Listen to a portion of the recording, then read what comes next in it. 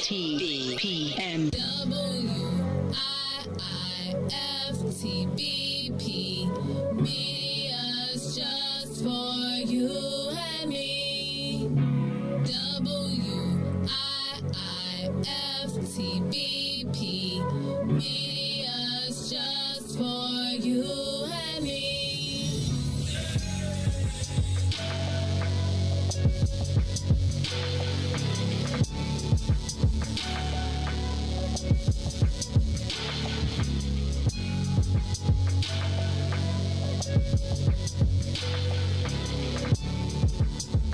Introducing your trusted source for high-quality Black emojis, better known as Blackmoji. We believe Black is beautiful, and that beauty should be reflected in the digital market. Now there is an app that does just that, starting with Black Greek letter organizations. Blackmoji D9 offers more than an emoji app. It is a cultural experience of Black excellence. Download the app in the Apple or Google Play Store to access a specially curated catalog of emojis representing the Divine Nine. Use the emojis to celebrate Black Greek events, acknowledge current events, support social causes, and learn about esteemed Black Greek members who blaze the trail of Black history. A portion of every subscription goes toward a scholarship fund specifically for members of Black Greek letter organizations to help keep the legacy alive. Download the Blackmoji app today. Jackson. If you could make up a social media holiday, what would it be? Randy said National Don't Let No One Put You Down Day. No one. What you gonna do? So when they say something crazy, you slap them? Be like me said. Remy said a Jukathon Day. Man, we about 60 years old. I be done had a heart You gotta get your heart rate up. Okay, not that far. All right, Mario said my favorite one. My friends and I do what we call National Call Off from Work Day. As a business owner, I don't. You don't like that? Yeah. I don't like that one. Because I'm the boss of this thing. We got Marcus Garvey Day from Remy too. Oh, Marcus Garvey Day. All right, what will we do on Marcus Garvey Day? Call off. That would be great. Okay? Yeah, right. Every Black holiday has something to do with calling off from work. You're cool. I'm out. How about National Join a Positive Black Organization Day? Because I don't want to be recruited. I don't want to be recruited and the brothers be like, thank you. Thank you. How about National Tell White People the Truth Day? Tell them how you really feel. You can't handle the truth. Why don't we call that National Black People Get Locked Up Day? I'm going to tell them there's an African-American man threatening my life. Hello. The most dangerous show in the morning. No. Ooh. One time. No. Ooh.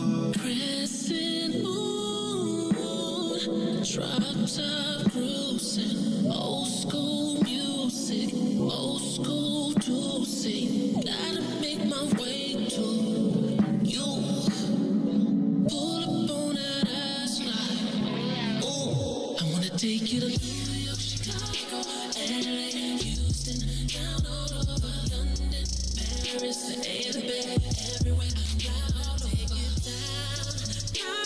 downtown. Show you all the finer things in life. I wanna take you downtown. Show you all the finer things in life. I wanna take you down. I wanna take you down. I wanna take you downtown. Show you all the finer things in life. I wanna take you downtown. Show you all the finer things in life.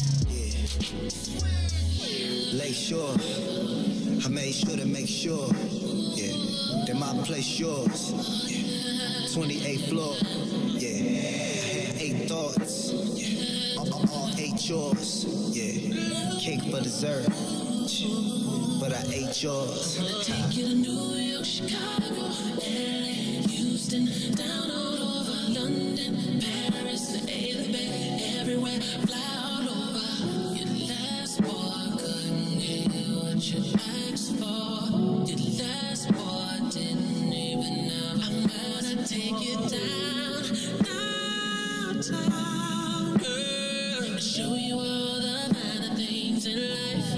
I wanna take you downtown. Show you all the finer things in life. I wanna take you down. I wanna take you down.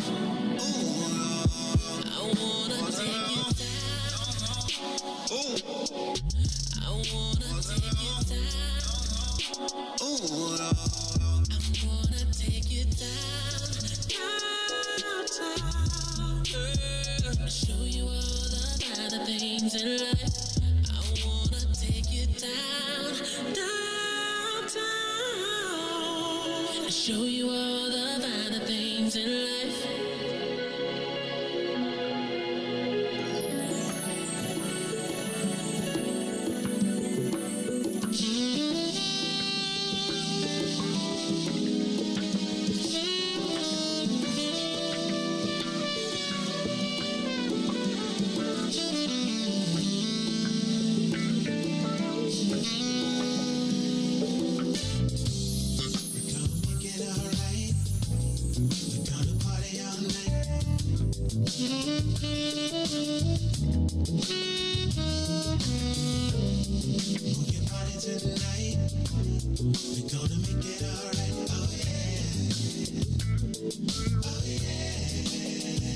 Sexy lady, can't wait to be with you tonight. I'm intoxicated by your energy. You drive me crazy. I'm feeling the vibe and it's alright. We're gonna dance and groove all night between the sheets. So come on, baby, yeah. Gonna make it alright. Party all night, oh yeah. Party all night, oh yeah. Move your body tonight, baby. Oh yeah. Your body's amazing. Baby, I'm perfect in every way. Let me kiss you, touch you, set your spirit free. Can you feel me? Going deeper, baby. Hiding inside your world is where I wanna be. Yeah. We can touch the sky. Then I realize that you're the one for me. Ooh, I'm deep inside your love. Our love is from above. Only you and me between the sheets, baby.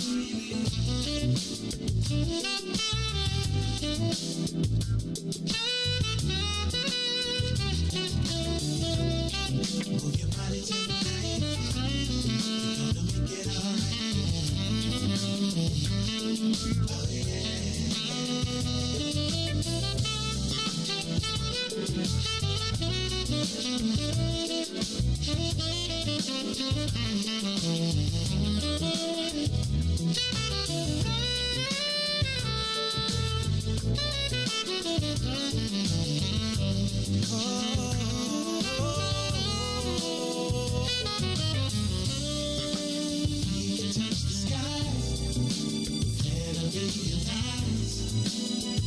that you're the one for me.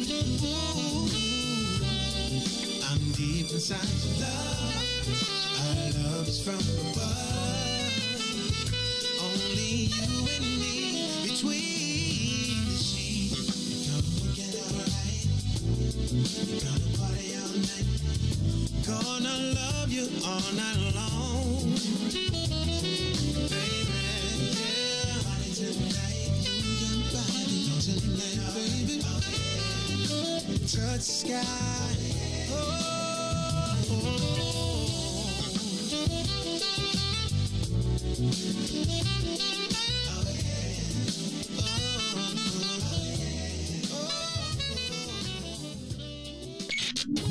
WIIFTBP.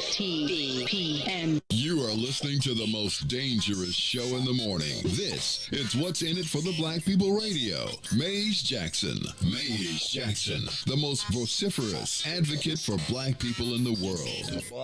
For Ruthie Moore, for Todd Stroger, I am the host of the Maze Jackson Show, asking every single day, what's in it for the black people? And if you don't like it, you can still tell them Maze said, Mayor Lightfoot, man, we ain't accepting that. We ain't accepting that. Let's go.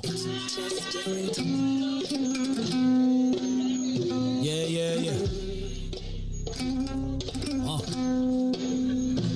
Let's get down to business and go ahead and address the facts, man. Lightfoot seems more lesbian than black. Rahm Emanuel's another case. He was just as tired. 50 closed schools left much to be desired. Police had Anjanette naked on that body cam. They suppressed the footage so it couldn't touch a lot of hands. Reminds me of that 16 shots in that cover-up. Both of them similar, so I went and dug it up. George Floyd killed, a lot of riots happened in the town. Southside burned and they wouldn't let them bridges down. Grandmother sick, need a prescription and plus a couple groceries. You gon' have to travel just to get it now. COVID-19 out here shutting all the business down. Not enough SBA loans to even give around. So many failed businesses that you can put them in the pile. If you don't survive the pandemic, it's gonna sit you down. We sing, dance, play ball, entertain, and crack jokes. Government infested black neighborhoods with crack smoke. System that milked us so bad, we got lactose. Still trying to find out what's in it for us black folks. We sing, dance, play ball, entertain, and crack jokes. Government infested black neighborhoods with crack smoke. System that milked us so bad, we got lactose. Still trying to find out what's in it for us black folks. Shout out to Willie Wilson, hope one day you get to send it.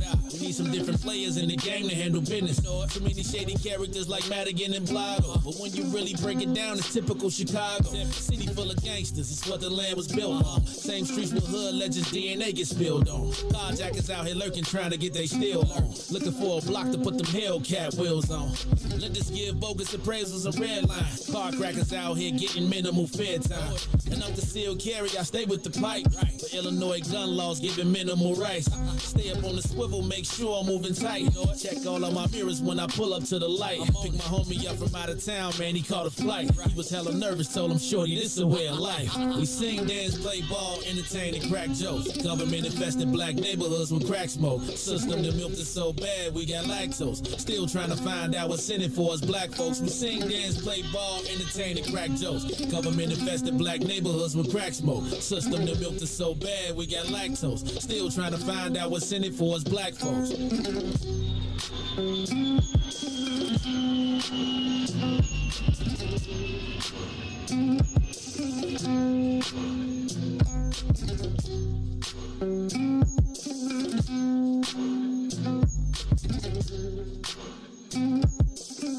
Wake up, Chicago! Wake up, world. This is the Maze Jackson Show. I'm your host, Maze Jackson. Got my real co-host in the building, Ruthie Moore. Don't do Todd. Todd did himself. Todd came in here. I heard he was here yesterday. He came in here tanned up. I said yesterday, your bald spot is tan. Maze, I don't have a bald spot. Okay, my bad. Where your hairline used to start is tan. Todd was in here. I told you we had Todd spottings all last week. He was out at the game, family, and he said he went to the beaches of Cincinnati.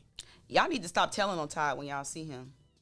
Look, people was reporting. They was like, he ain't call in. If you know call no show, people gonna tell. They gonna be like, like on Ferris Bueller's at the day, like, that'd be the day you make the big screen.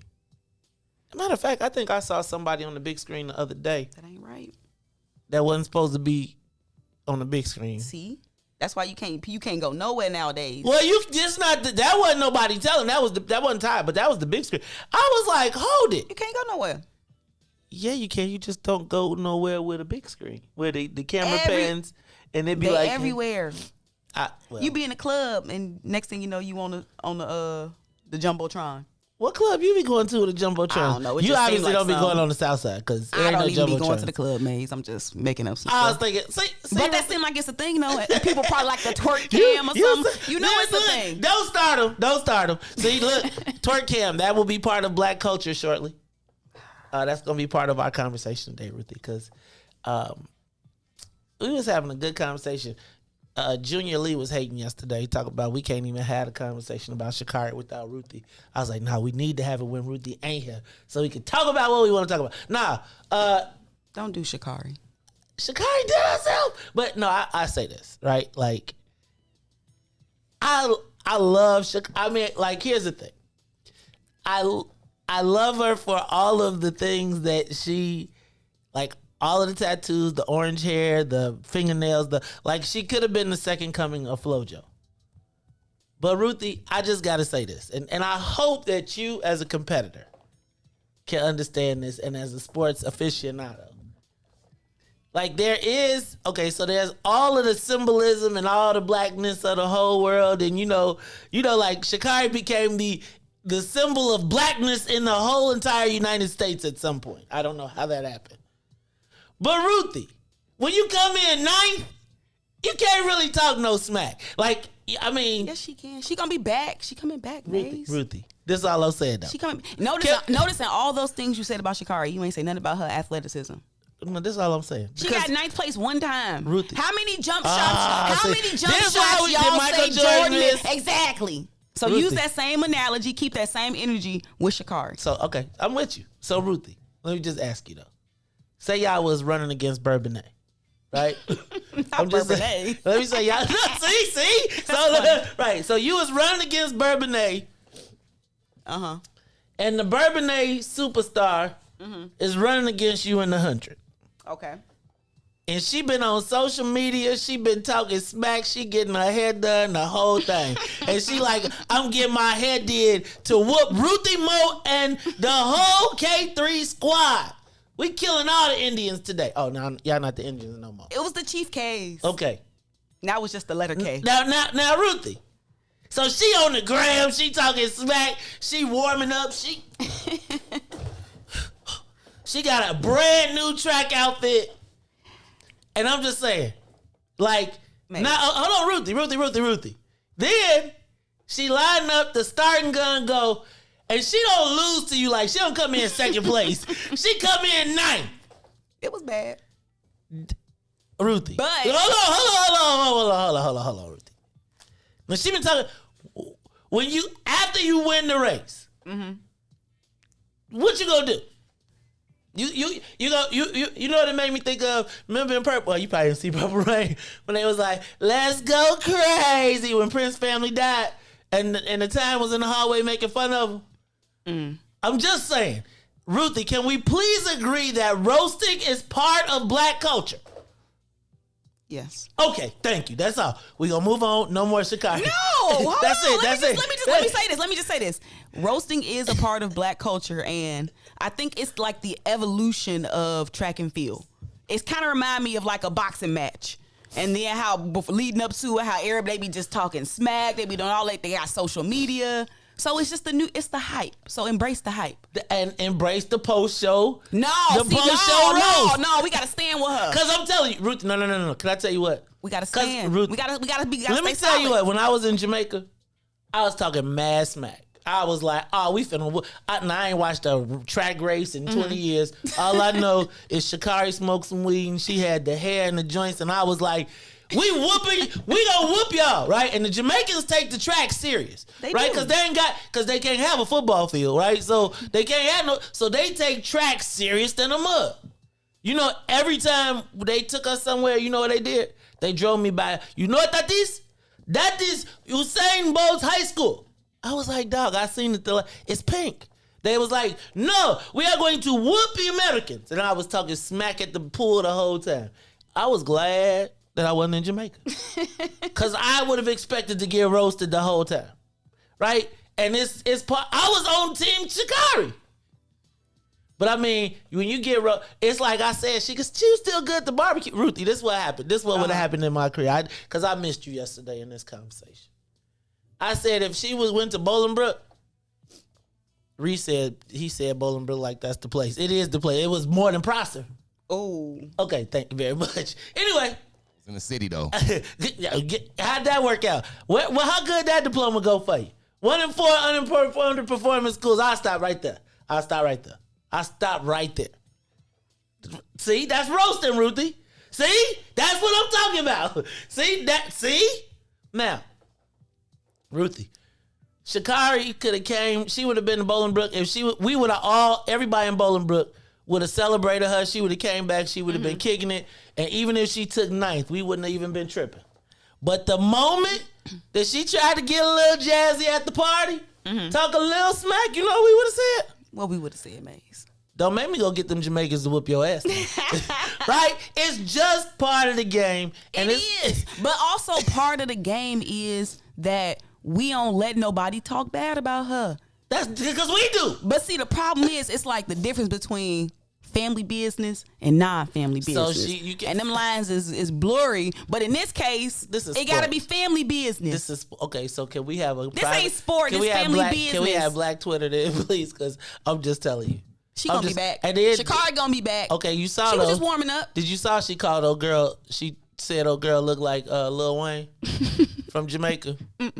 And this right here could start some black Jamaican beef. You thought the AO stuff was a deal? Yo, these Jamaicans are snapping but and so they've been talking since they won the Olympics, mate.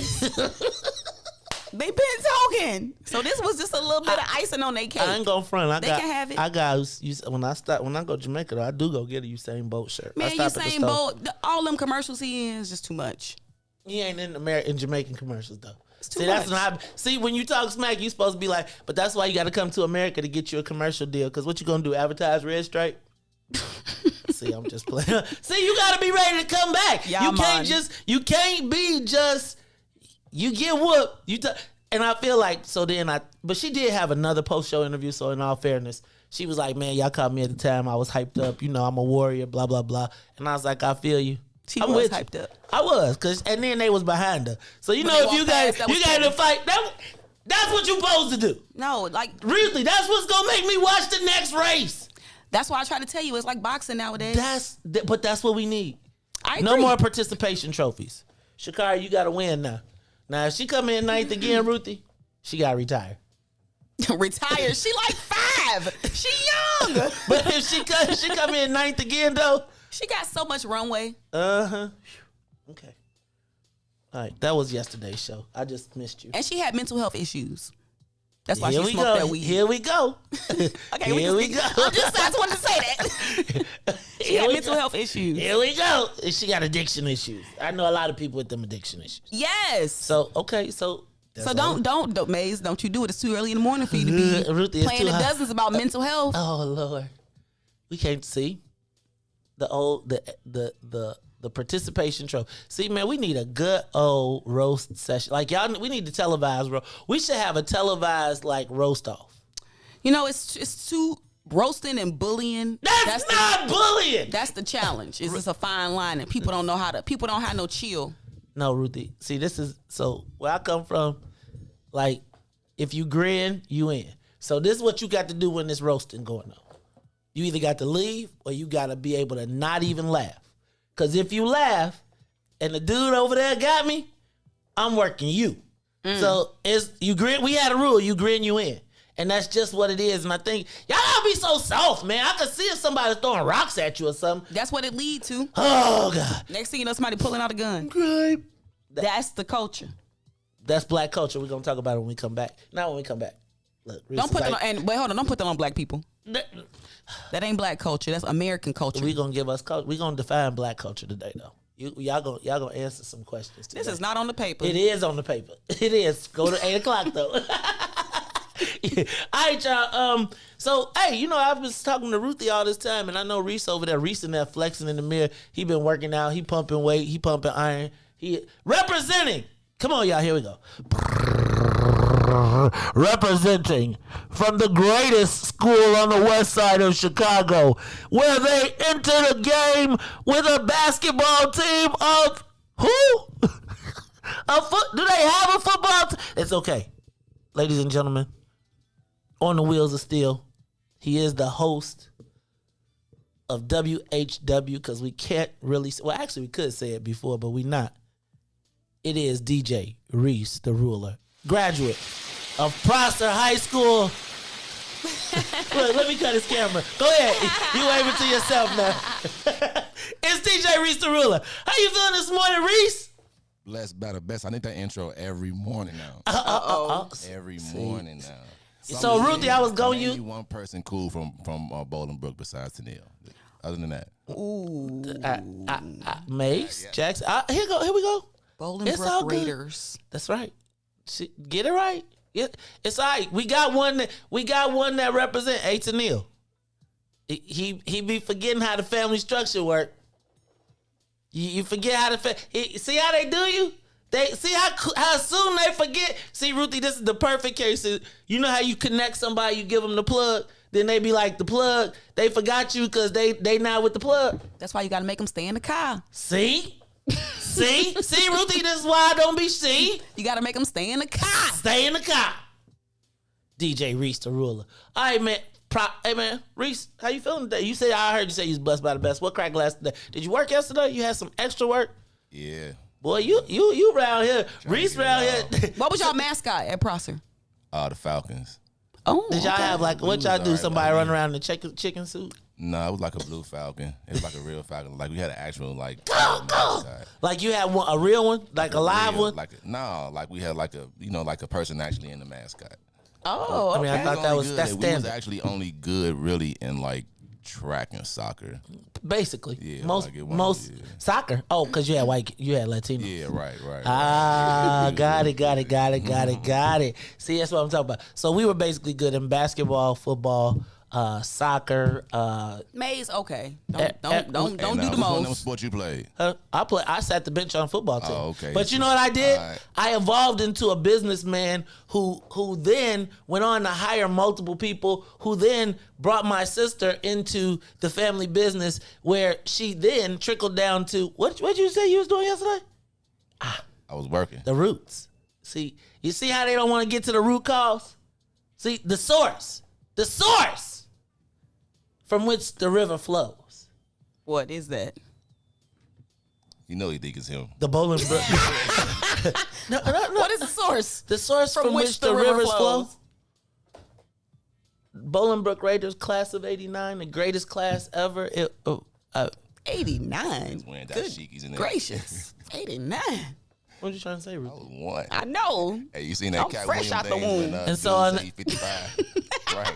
I'm 1 year old. I ain't had no hair on my head. Look, you see Tennille trying to coach you in the comments. She like, because let me tell you how the family meeting go. If one of us get on a family call. Oh, y'all don't meet in person? Oh, that too.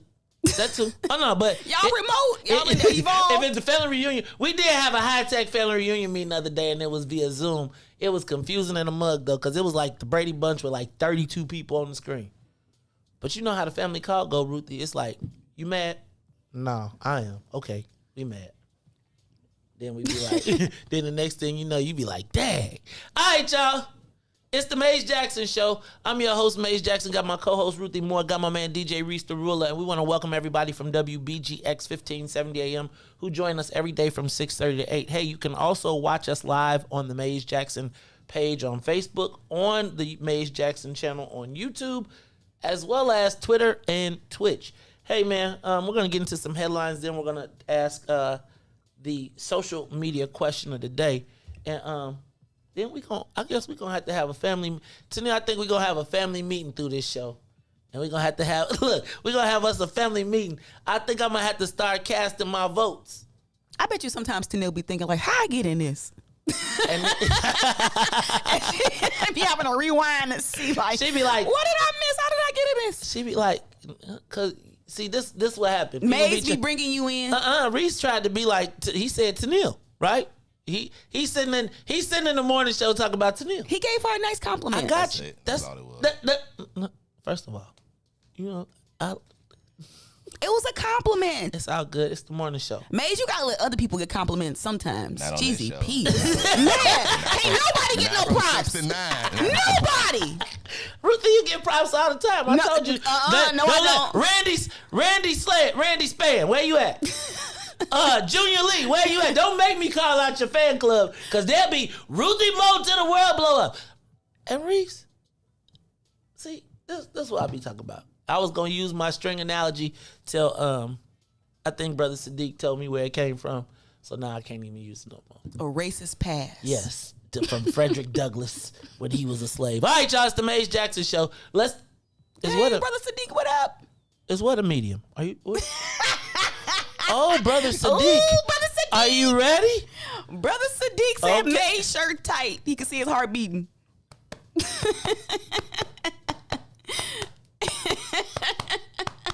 Oh, you got jokes?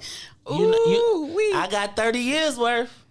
Y'all See, don't want to see. that's why the dozens don't work no more. Okay, so no. Too low blow, too low, too personal, too low. Ruthie, see. And then next time you know somebody want to fight, and you know the plant-based African strong. Let me tell y'all. Let me break you. Let me just say this real quick. I'm gonna say that's how we play, right? See, that's him doing that right there. Now you must understand that, and he understands that when we go, because we ain't from this millennial generation. So when we go, we will go. And let me just let you know, I will be going. You know how I do. It ain't right. Brother Sadiq. Ruthie, it is. That's why your mama divorced your daddy, because he cheated with the mailman back in 1982, and your sister ain't really your real sister. Like, come on now. That's good stuff. Low blows. You be like this. I quit. No, That's when you quit, though. Either if you come back from that, you a bad man. All right, y'all, it's the Maze Jackson Show. I'm your host, Maze Jackson. Got my man, Reese the Ruler, plus my co-host, Miss Ruthie Moore. Let's get the soul plane up to 60,000 feet, and we'll take a few messages. We'll take a message, and we'll be right back.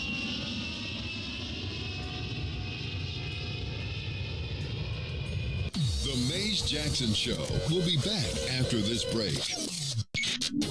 WIIFTBP. Broken screen? Crash system? Are you in need of spyware or virus removal from your computer? Well, contact RPC Computer Repair in South Shore and let us help you with all your computer repair services and print needs. Need office or print production services, copies, scans, fax, or even notary service? Then stop by and support RPC Computer Repair and Print Shop, located 1741 East 71st Street in the 71st Street corridor, newly revitalized South Shore areas, and let RPC be your one-stop shop, where we believe RPC is your PC. RPC Computer Repair is also a UPS access point where you can drop off and pick up your important packages. So let RPC be of service to you. Call RPC Computer Monday through Saturday, 8 a.m. through 6 p.m. at 773-966-4457. That's 773-966-4457. Visit RPC at rpccomputeringinc.com for more information. And now, traffic and weather. Good morning. What's in it for the Black People Media family? The time is now 6:36 a.m. and I'm Reese the Ruler with your traffic and weather update. In traffic on the Kennedy O'Hare to the Loop is 19 minutes. Outbound to O'Hare will be 17. On the Eden, inbound from Deerfield to Exchange, as well as Exchange to Deerfield, is locked in at 27. On the Eisenhower, Thorndale to the Loop is up to 30. Back out to Thorndale will be 29. On the Stevenson, from I-355 to the Dan Ryan will be 33 minutes. Outbound is 31. Bishop Ford, I-80 to the Dan Ryan is 34 minutes, 28 minutes back out to I-80. The Dan Ryan is 15 minutes to the Loop, 16 minutes back out to 95th. DuSable Lakeshore Drive on the south side is 7 minutes. That's 55th to Jackson, as well as Jackson to 55th. On the north side of things, it's 8 minutes. That's Randolph to Bryn Mawr, as well as Bryn Mawr to Randolph. Today's weather, it is currently 77 and partly cloudy. Today will be a hot 90 and a low of 75. I'm Reese the Ruler. Now back to the jams on the Maze Jackson Show.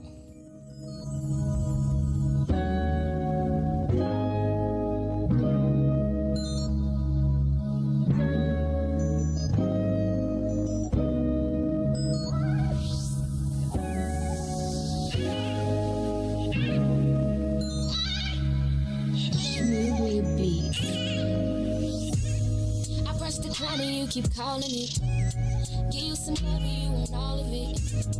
I'm out here working, nigga, get a grip. I'm just trying to touch a million, you just wanna coexist.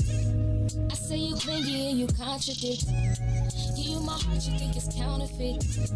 Give you my word and you won't trust in it. What's the point of loving me if you don't know what trust is? I need the ease you give now. Please don't back down on me. I know you've got the attention I need. Put your pride aside for me. Oh, 'cause I need that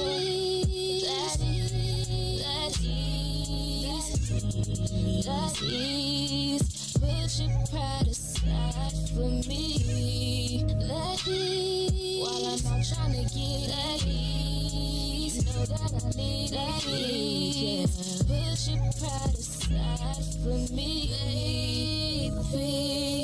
You're insecure, it's driving me crazy. I'm trying to get it and you keep on saying all my love is never enough. I put up with you for too long, now I'm over it. You want affection, I need money, I'ma call it quits. That is, that is. Put your pride aside for me. That is. While I'm trying to get it, need it. That is. Put your pride aside for me. Put it aside, put it aside, put it aside, put it aside, put it aside. Put your pride aside, put it aside. Back to the Maze Jackson Show. You are listening to the most dangerous show in the morning. This is What's in It for the Black People Radio. Maze Jackson. Maze Jackson, the most vociferous advocate for black people in the world.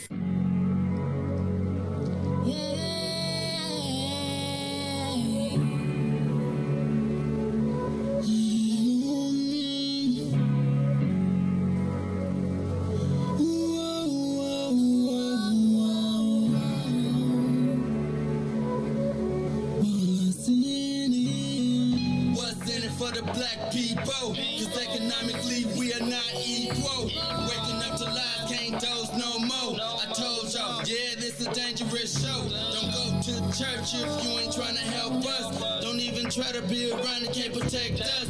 We see the lies, not other politicians. We need money and no symbolism. It's Maze, it's Sonia, and Ruthie, and Todd, explaining how we all come from God, giving us tools to beat the odds.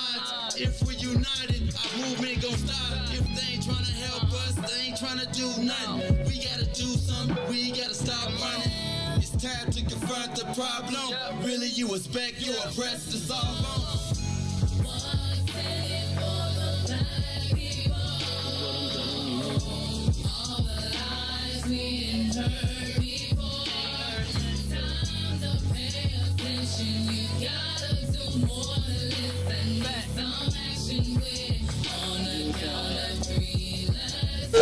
Wake up, Chicago. Wake up, world. This is the Maze Jackson Show. I'm your host, Maze Jackson.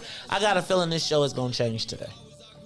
I already got a feeling this show is going to change because we got a whole different perspective on this What? How did we get to this? What were we talking about that got us to this? The fine line between bullying and roasting. There is no. In the dozens. There is no fun. Like, you grin, you in. Everything is on the table until the session is over. That's how I feel. Because Brother Sadiq, you know, he finna get like 16 different name changes today. Right? Like, you know you don't be wanting to start because you know I have everybody recalling you. They'll be like, straight up.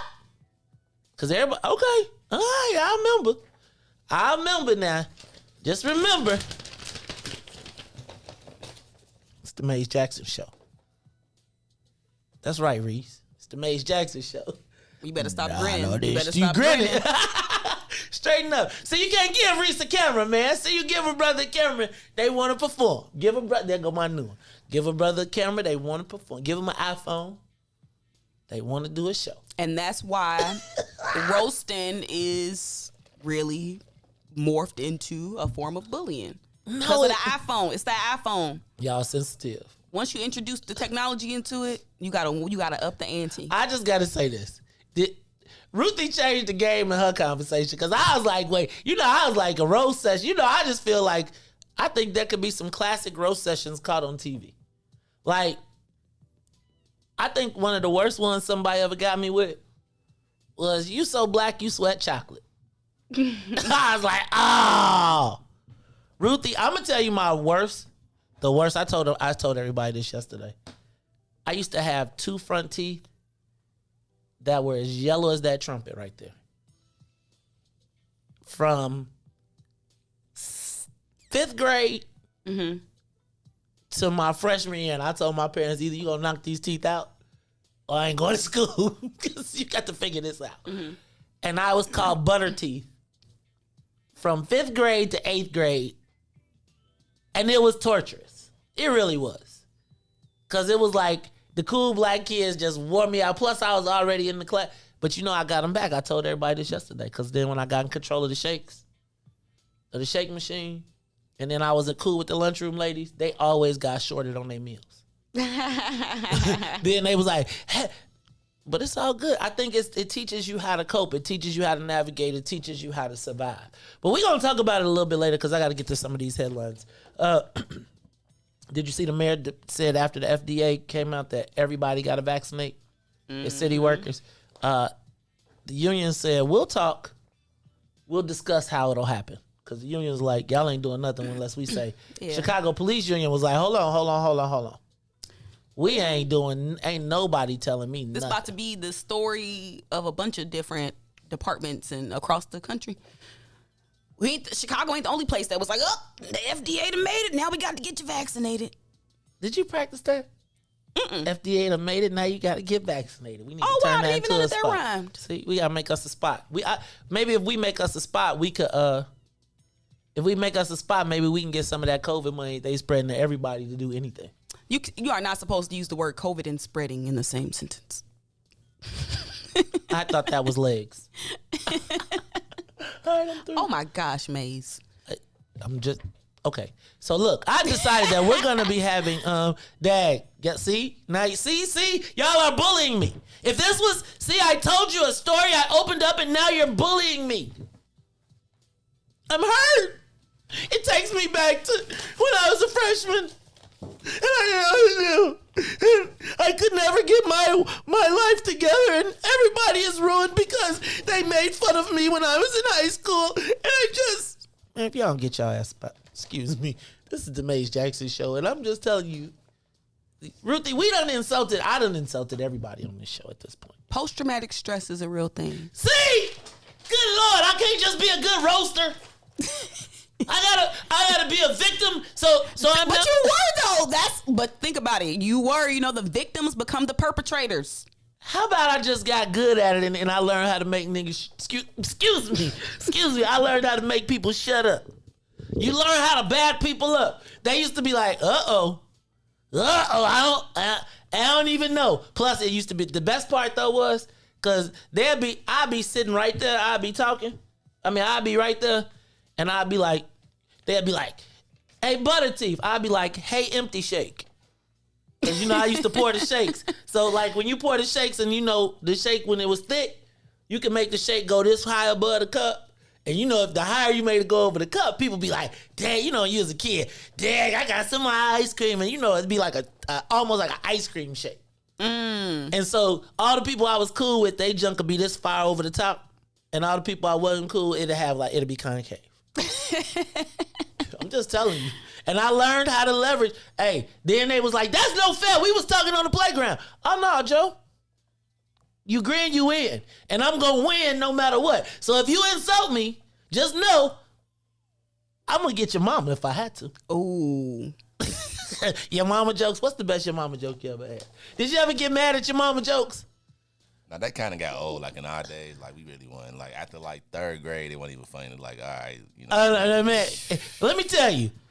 When I was growing up, if you said your mama, you ain't have to say nothing else. Like you saying your mama, you might as well say F you. You said your mama. But you know what's interesting? I would say probably in me and Reese's day, the phrase yo mama evolved to, it actually became like F your mama. Like the ante got up. Like people really talk about people mamas. like literally? Yes. Next thing you know, people want to fight. I'm trying to tell you, the ante. That's because your ain't mama, no chill, ain't no line. That if your mom was outside though, like, cause probably everybody knew you. Did people know? Like, did they literally know? See, this is the problem with your mamas. The yo mamas from y'all generation. Your mama was probably still outside having your mama jokes around the corner. Not you. But you know what I'm saying, right? Cause y'all done took your mom, when my mama was like 30. Y'all mamas be like 17. So it's like, your mama might come around the corner and get in the fight. Very true. Jay. This show has gone somewhere else, but we gonna still talk about it. All right, y'all, it's the Maze Jackson Show. I'm your host, Maze Jackson. Got my girl, Ruthie Moore. I don't know if you all remember Jesse Ruiz. Jesse Ruiz ran against, now y'all, Brandon, you done went to similes now. Brandon said y'all soft as butter in a warm room. Oh, I love room temperature butter. I do too, actually. I hate cold butter. Me too. Like, I hate when you go to the restaurant and they be like... It's an insult. I'll be like, for real, it's an insult. Why is it an insult? See, millennials, it's an insult. Now the bread done offended you and the butter, eat it. Listen, if you bring me a pat of cold butter with my warm pancakes... It is an insult. That's how I gauge the quality of a restaurant. And don't let it be none of that fake butter with that little. Never mind. With the what? Just this little thing of fake butter. I just don't. Like, what's fake butter? Fake foil on it, with that little foil thing on the top. See, look at Maze. He don't even. You talking about when you gotta break the corner and pull it up? That's not fake butter. Hey, the yes, places it that is. Maze go, they make the butter. It be real. Okay. Yeah, they make the butter in the back. You know what I'm saying? It's a butter factory. See, now back in the day, they be like, this is what they used to do when I was a short. They be like, come here, man, my toast. Let me get some of that off your teeth. Ooh. See? I'm saying, but I learned how to survive. But somebody walking into your personal space like that, nobody has the right to touch you. They didn't touch me. They be like, that's still your personal bubble. And that's not right. They be like, they hold up, butter. We need to get some. My real question is, why didn't your teachers intervene? They shouldn't let you get bullied like that. My teachers was bullies. What are you talking about? I was the only black kid in school in my class. My life was bullied. My whole entire honor, like when I became an honor student, it was all bullying. Cause everywhere I went, they was like, "What are you doing here?" Right? Like the teachers was trying to prove I wasn't supposed to be there. No, them was white teachers, right? I told you I ain't had no black teachers. Exactly. Except for the importance of black teachers to help young black kids not become victims of bullying. It all works together. Oh, you all. I'm sorry. I can't tell you how unmuch fun my life would have been without the roasting. I just feel like you all just miss so much. Like no roasting in life. We roasted. That y'all don't though. We just recognize the error of our ways, and we got to teach the young people healthy boundaries. Ruthie, Also, we done turned this into a straight Jones session. All right, Kenneth, I'm gonna get you. Y'all know May's gonna go back through all of these comments. Yeah, everybody that's talking about him, he gonna get you back. Y'all already know. Y'all shakes. Look, at 3 p.m. It's on. At 3 p.m. Like, what is it? You ain't been see. He got a pen. He over here writing down names. Cause I customize. I used to go home and customize my Jones. Be like, okay. Oh my God. This is I'm telling y'all tripping. All right, are the feds on the ropes, y'all? They're seeming to the 2 times. First of all, Ed Burke said that he was under surveillance for 4 years before they indicted him, and then we saw that the 4 people that are indicted or that have been indicted and are about to go on trial have asked the feds to dismiss some of the charges against them because they say that if the lawsuit is allowed to go forward, they will essentially any elected official who took a gift will be able to be prosecuted. I don't know, Ruthie. I just don't think the feds lose. And I'm watching these lawyers and I'm watching all this pivoting. I just think like what I'm thinking about is how much does this cost? Exactly. And I think that's part of the whole Fed game. So even if you survive, you're gonna be poor once it's over. It's tripping. All right, how about this one? Pedro Martinez. I don't know if you were here yesterday, Ruthie. I don't know if you were here yesterday. I don't know if you were listening. I know you weren't here listening yesterday, but the 2 finalists to lead the Chicago Public Schools are both Latinos. One is the current interim CEO who they told us was not applying for the job. The other one is named Pedro Martinez. Natasha Dunn had a lot of interesting information. I got to do a little bit of verification, but apparently he runs the San Antonio School District with 48,000 students. Whoa. We've got over 300,000 students. He came from CPS. He is a former daily appointee. He was the chief financial officer under Arnie Duncan. He does not have an educational background. He has a financial background. Seems like if he was to be elected, it'd be like a return to the pre-Janice Jackson days when education was second, right? Because remember, the top person, Janice Jackson, started out as the chief education officer, but they felt like they needed a white guy to run the money, and that was the Reverend Dr. We Shall Overcome Forrest Claypool, who eventually was ousted for his, because he was using CPS as a slush fund for law firms. Looks like we could be going back. I also think that it speaks volumes to what her credibility again, because she lied to us and told us. Who is her? The mayor. I know. Okay. See, look at you. Now you took your cape off. Now you're throwing a little shade. But the mayor promised us that Jose Torres would not be the CEO. He wouldn't even be considered for the job. And now he's the top applicant. They're trying to convince him to stay. Might be a shortage of people who want the job. It is a shortage of people who have wanted the job. Mostly have come from small cities or don't have the credentials. So she's stuck. And it looks like if Pedro Martinez gets the job. Well, first of all, Ruthie, I was talking yesterday about owning our future. Right? Because transferring the education, like black people ain't even in the consideration. Usually they even throw a black name in there so that we can't be mad. This time they just put 2 Latinos at the top. Well, you know, if you peep, the Latinos been about their representation numbers, and now they got the census data. So it's just about data and how people can use data to their benefit. Yeah, actually, Ruthie, this is last time they paid $100 million to stop this fight from happening. I don't know if they're going to be able to have it because I think the Latinos recognize that they can get the $100 million and take it. They need to get the Latinos control of something. But right now, education, if they give them control of education, and I learned this with Uno, then you get the future, because the education, whoever's in the education spot starts out as a leader in creating the next mayor or being a candidate for the next mayor. Because every student has 2. They have the largest population in CPS. So it is. I was saying yesterday. It's become my reality that Ruthie, I've lived through the melting of a black glacier. Mm.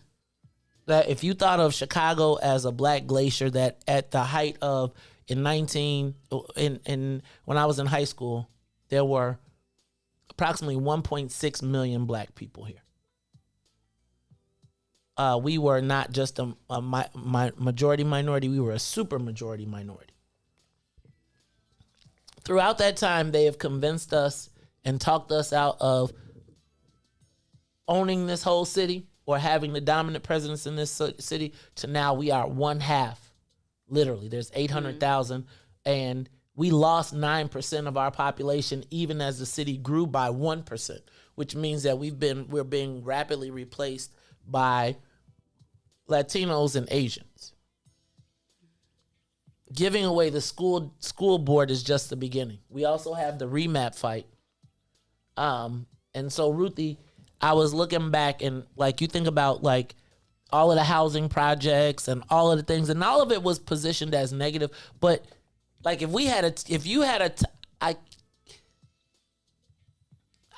cannot imagine a time lapse photography of Black Chicago over 30 years from where we were to where we are. And literally we are shrinking at a rapid rate. And this giving up the school board is, I think we're almost through. Like, I really feel like it's not even like global warming has already happened to us. Now it is, what is our existence? Will we be, it's like the Indians populated the whole country and now we're reduced to this population and now we got to figure out how to survive. Like, who are our alliances? Because we're a rapidly shrinking piece of this city. So I just thought that was interesting. Mm-hmm. Ruthie, did you hear about this hazing ritual out in Plainfield High School? Mm-hmm. Called Cold Blue? I didn't know what they called it. Okay. I just know that it was sexual in nature. So this, I feel like we could probably roll this into this roasting thing. And we're going to talk about it a little bit later. But Ruthie, I don't know if you all heard about this, but there was, at Plainfield High School, there was a process called Code Blue in which freshman boys on the football team were held down and then penetrated with a broomstick. I don't understand. And the coaches knew, and it was a tradition that freshmen who were seniors said that they were forced to endure. And I just don't understand the origins, the whole thing. And I kind of want to talk about it, but I don't. I do. It go into what we was talking about this morning with bullying. Yeah, but that's like hazing, roasting. What used to be acceptable, what's not acceptable. What you do to other people because it was done to you.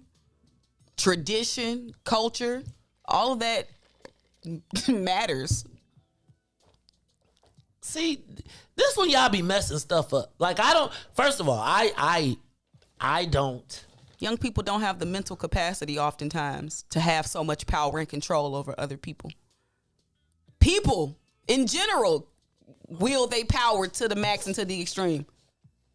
As adults, so how can we expect young people to be able to? So I get you. Like, I get you to an extent. I don't, like, the whole concept of being anally penetrated by a broom, the fact that anybody even gets to so there's a whole bunch twisted up in that, and this ain't the first time we heard about something. I'm 100% with you. I'm 100% with you. Don't be looking at me like that. I don't want to talk about it. We're going to take a break because this is getting just a little too hot in the kitchen for me right now. We're going to have this conversation maybe Plus, I still got my social media question of the day, which I think is really important. We got the vaccine mandate. I got so much on my paper I ain't talked about because Ruthie came in here, distracted people. It's the Maze Jackson Show. We'll be back after these messages. The Maze Jackson Show. We'll be back after this break. WIIFTBP.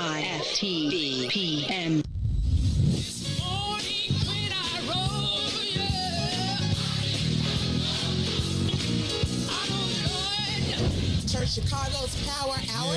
I'm your host, Angie Mims, and Terrence Keys, TD, a.k.a. Terrence Daniels. I wish I had one witness in the house. You got one. You got a couple of them. Got two T's. Give me a testimony. Oh, Lord. He's did it before. Oh, Lord. I got one. Something better. I got 5 reasons. 5 reasons. Oh, Lord. He turned it around. Turn it around. He woke me up this morning. Oh. Don't do this. Don't do this. Go number ahead. 4. He woke me up this morning. Come on, number 3. Come. He woke me up. Oh, Lord. He woke you up. That thing can touch you. I'm One telling of you. them 5s will get you. What's the second one? He woke yes, sir. Yes, sir. Oh my God. And the number 1 reason. Number 1. Final answer. He woke me up this morning. He woke me up this morning. That's a testimony. That's a testimony.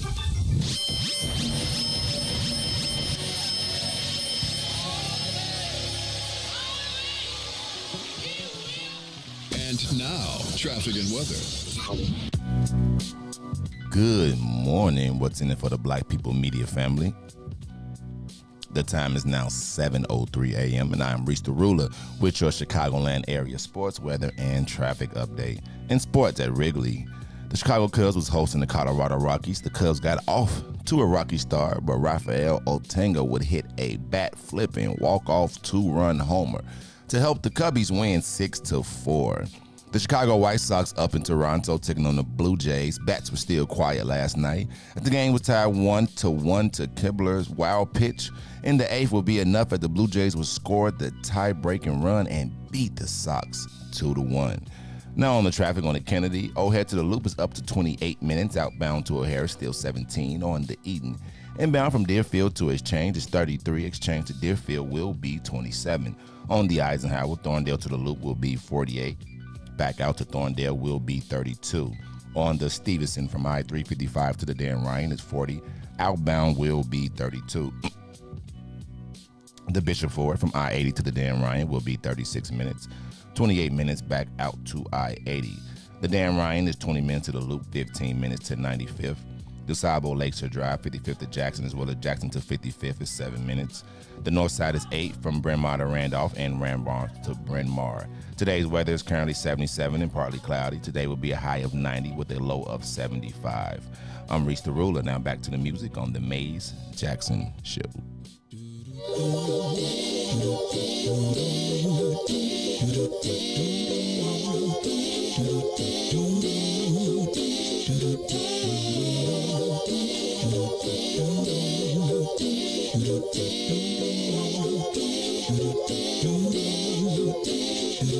Well, sometimes I go out by myself and I look across the water and I think of all the things what you're doing, and in my head I paint a picture. Since I've come home, well, my body's been a mess, and I miss your ginger hair and the way you like to dress. But won't you come on over? Stop making a fool out of me. Why don't you come on over,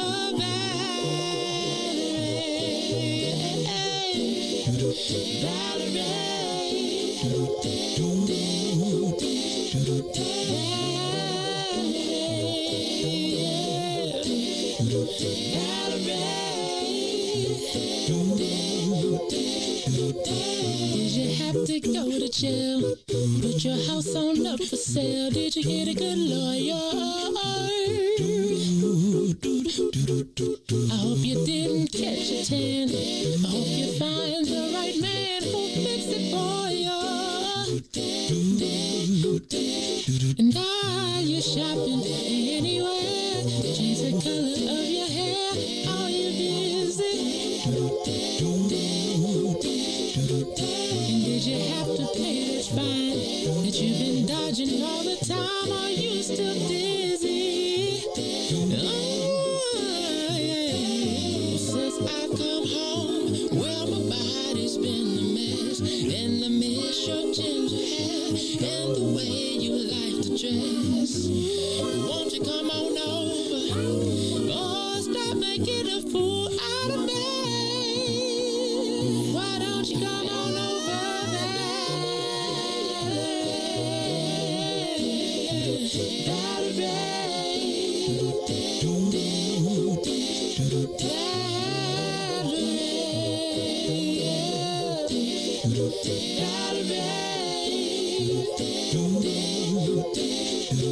Well, sometimes I go out by myself and I look across the water,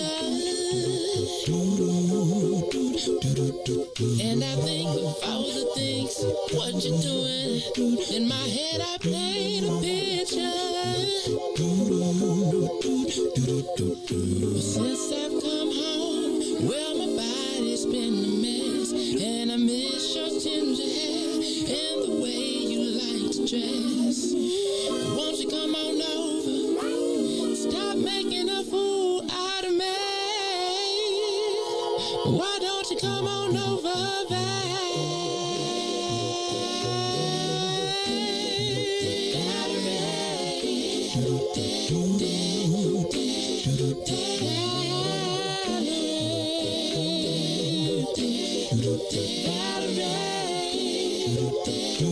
why don't you come on over,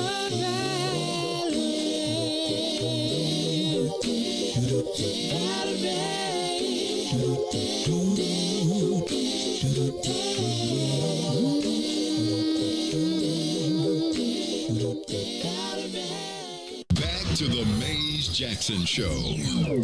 You are listening to the most dangerous show in the morning. This is What's in It for the Black People Radio. Maze Jackson. Maze Jackson, the most vociferous advocate for black people in the world.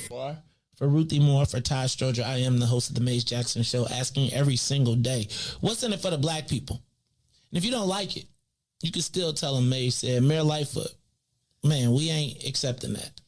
We ain't accepting that. Let's go. Yeah.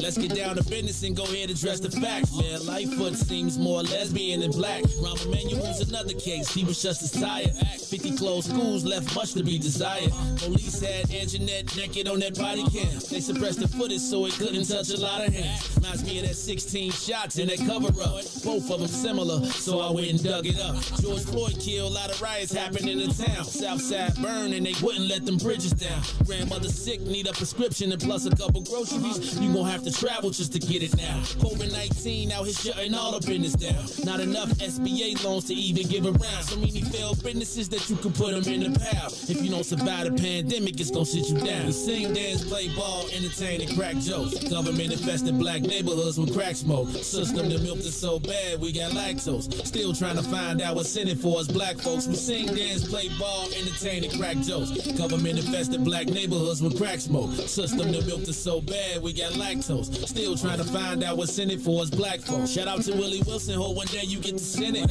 We need some different players in the game to handle business.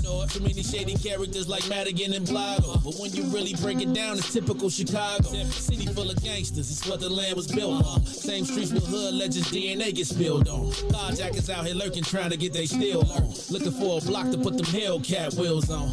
Let us give bogus appraisals a red line. Car crackers out here getting minimal fair time. And I'm concealed carry, I stay with the pipe. But Illinois gun laws giving minimal rights. Stay up on the swivel, make sure I'm moving tight. Check all of my mirrors when I pull up to the light. Pick my homie up from out of town, man, he caught a flight. He was hella nervous, told him, shorty, this a way of life. We sing, dance, play ball, entertain, and crack jokes. Government infested black neighborhoods with crack smoke. System that milked us so bad, we got lactose. Still trying to find out what's in it for us black folks. We sing, dance, play ball, entertain, and crack jokes. Government infested black neighborhoods with crack black smoke. System that built us so bad we got lactose. Still trying to find out what's in it for us black folks.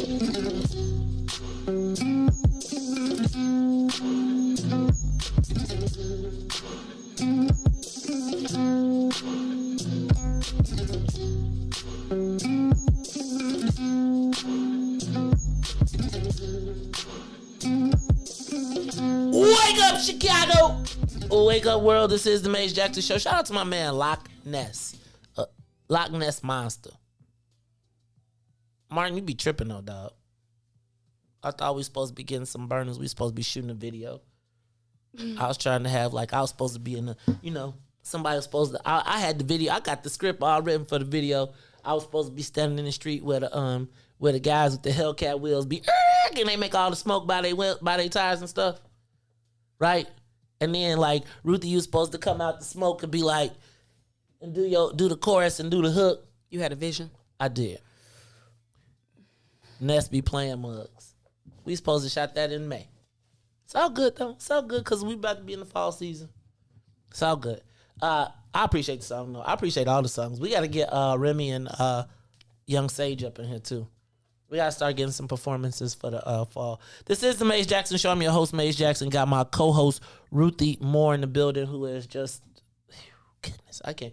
Sometimes I feel like these iPhones have ruined y'all. They really have. Because y'all, like, it's some analysis, it's some history lesson and something else, and I'll be like, golly. It shrunk the world. Could you just leave me in my little bubble, please? Can I just be Maze Jackson? All right. What up? Reese the Ruler's in the building. I talked about my headlines. Did y'all see Michigan Avenue got hit yesterday? $43,000 robbery crew hit like 4 stores. What kind of purses they get? He must be a fireman. Why you say that? I was talking about I was talking because Janessa was talking about Ness. Oh. She said he worked 12 jobs. I was like, he must be a fireman. Because, firemen be like all about the union when it's they fire check, and then they got like 20 other jobs. And they be like, I ain't no union carpenter. I ain't no union. Right? But the firemen be doing everything. So anyway, I'm all over the place today. Ruthie, $43,000 worth of purses. Michigan Avenue, 5 stores got hit. They did not name the stores. They just named the addresses. And the reason they haven't named the stores, I think, first of all, how crazy is it that the stores are protected in the press? Right? They won't name the stores because they don't want to hurt their business. That's true. Think about that. When you read the story, they did not say not one name of any store. They didn't. Because Gucci like, look, the white people know. They be like, oh, no, we ain't going to the Gucci store no more. We ain't going to which is part of the reason that Michigan Avenue is having the challenges that it's having, trying to reinvent itself. Right? Because as these stores continue, you realize that most of the flagship stores that are on Michigan Avenue don't make money anyway. They're really just there as prestige stores, right? And so if they're going to be getting their windows busted and taken out and they're going to be getting hit and no security can stop them, and can you ever imagine a time? This is what I'm talking about though, Ruthie, with the melting of the ice cap. Like when you think about what happened in Chicago over the last 30 years, I cannot ever imagine there being Michigan Avenue being the target that it is. I mean, it is no longer a sacred cow. We'll put it that way. When they say anybody can get it, anybody can get it. I would tell you that there was a time when I said nothing will ever happen on Michigan Avenue. Shoot. Mostly because they'll be all over it. They'll block off a 10-mile perimeter around to catch the people. But I don't know. Maybe it ain't. They got the cameras. They got the footage. Don't worry, they own it. I guarantee you somewhere it's about 10 officers dedicating some manpower to figuring out who robbed the $43,000 worth of purses. Trust and believe they got the technology. They gonna watch you try to sell one of them purses on the internet. But I think the issue is they got every serial number. They gonna put some manpower into figuring this one out because they got to protect them downtown businesses. I think they failed already. I think that's part of the reason that people are leaving. And the mayor is just on a slippery slope. Okay, Ruthie. The rest of this page is just done. We just spent it on hazing and Jones and dozens and all that. So I'm going to try and hit the social media question of the day. Reith. Reese, DJ Reese the Ruler. Give me the big voice. For the social media question of the day. I know it's a little late, guys. It's 7:15, but I felt that this social media question of the day was important. I don't know if you all saw in the paper yesterday, Mayor Lori Lightfoot, or not the paper today, Mayor Lori Lightfoot is calling for Chairman Kerry Austin, who is the chairman of the Committee on Contracting, Oversight, and Equity, to step down. In case you did not know, she was recently indicted by the feds for apparently trading some city access for upgraded fixtures in her home. Let me say this again. Wait, fixtures like what? What you mean, like light fixtures? Like stuff? Like refrigerators, cabinets, countertops, you know, the upgrades. Okay. Was it granted? Like stained? Like what? I need to know what she got. I need some specifics. See if the trade-off was worth it. If it was contained in one house, no, it could not possibly. Maybe it was a 2-flat or something. If it was not, not worth it. If it was not like a whole neighborhood, if it was not, I don't know if she got some Sub-Zero appliances. So I have so much in here that I am going to refrain from saying. All right, I'll be cool. No, you say what you want to say. I'm going to refrain from saying, because it's like I be in these conundrums, y'all. Can I tell y'all about my conundrums, and then So it's like I'm good with everybody until I'm not good. Right? I told you, and I just got to say this. You know, when the whole Ken Duncan thing happened, the first people to remind me who kicked my ass in the election and was proud to tell me that the first time I came out after worked in this office. Probably some of the people we talking about.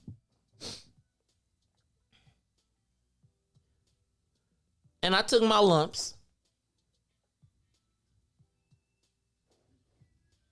And it's interesting how the world moves in circles. And I think about when I needed people to reach a hand to me, or to say that's enough, or to stop. A lot of people who find themselves in challenges jumped on the pile instead of pulling people off. So I'm going to start there. I'm going to also acknowledge the fact that the first time I had the opportunity to work as the consultant for the Chicago Aldermanic Black Caucus was through people with this opportunity, through some of the people that were mentioned here. So I'm not going to kick anyone while they are down. It is a challenge for me, personally, that the chairman of the Committee on Contracting, Oversight, and Equity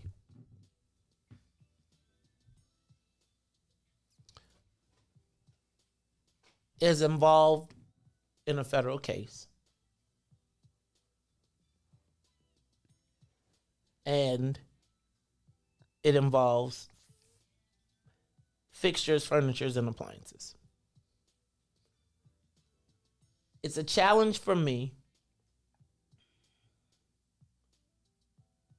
because if you could give up all of that, and I'm not saying no one is guilty until proven guilty, but if that is what we trading on for ourselves personally, then where does that leave us collectively?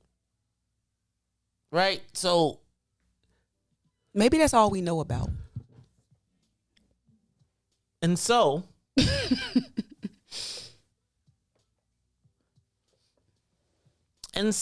if it is, it kind of explains the melting of the glaciers that I've been talking about, the Black Glacier.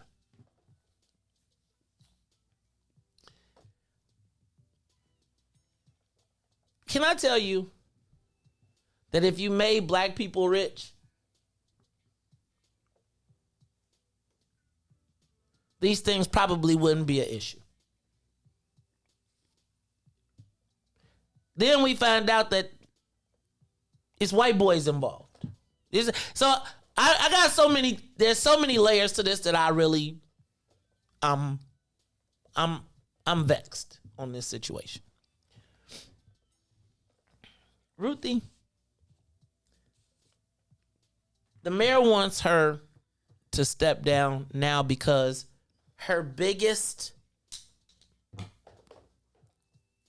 the mayor's biggest legislation is the extension of the minority contracting and supplier diversity program that is supposed to go through Chairman Austin's committee. The mayor wants her to step down because she doesn't want her to be the face of it, right?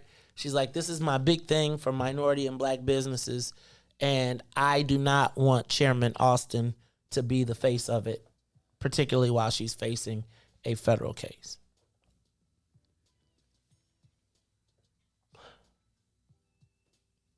So then, Ruthie, I started looking into this big legislation that the mayor wants to protect. And I gotta tell you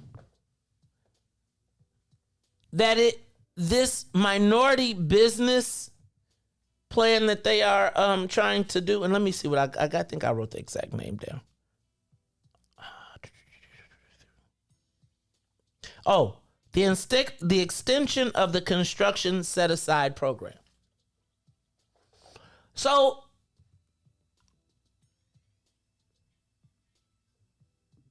do you all understand what the extension of the construction set-aside program is? No, tell us, Maze. Thank you, Ruthie. You did that so good. And I think y'all gotta stick with me here because this is a little. So right now, the biggest fight in City Hall in the space of equity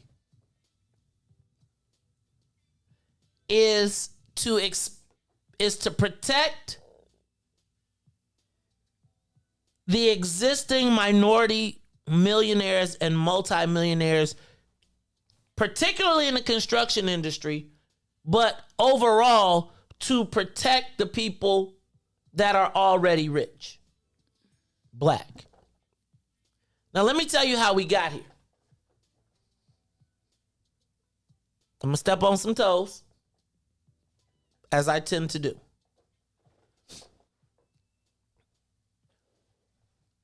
The black wealth in Chicago over the last 20 to 30 years has not come. Let me back up. Can we all agree that wealth is legislated to some extent? We saw it with cannabis. We see it with gaming. We see it with construction, all of that. We know that there was an old boys network that existed in the construction industry that made white people wealthy throughout the Daley administration. But Daley was also very smart in also ensuring that there were black people who were made wealthy as well. Those names have been put in front of us for almost 30 years. As the ice cap has melted, they have been the people that we point to say that the ice cap isn't melting because those are the people. Mm. Now, remember when I told you that we went from black people making black people wealthy, i.e. the Afro Sheens and the black-owned businesses that were the foundation of the black middle class at one point? Well, as those black businesses that were self-sustained, because remember, those were the black businesses that created the Harold Washingtons. Those were the black businesses that when the white boys wasn't treating us right, the black businessmen got together and said, okay, we're going to do what we need to do to create Harold Washington. Remember I told you the Dailies could not allow that to happen again. Mm. So they created the opportunities for those black wealth-built companies to get their big payouts, to buy out, to go on to sell out. So when you think about Afro Sheen and L'Oreal buying it and all of those different things, what we saw during that time is even though we had these people that we were pointing to as the success, they were gutting out our own internal foundation. So now what we are left with at the top of the heap are daily created multi-millionaires. Now, the daily created multi-millionaires had a responsibility to take care of the black community. Come on.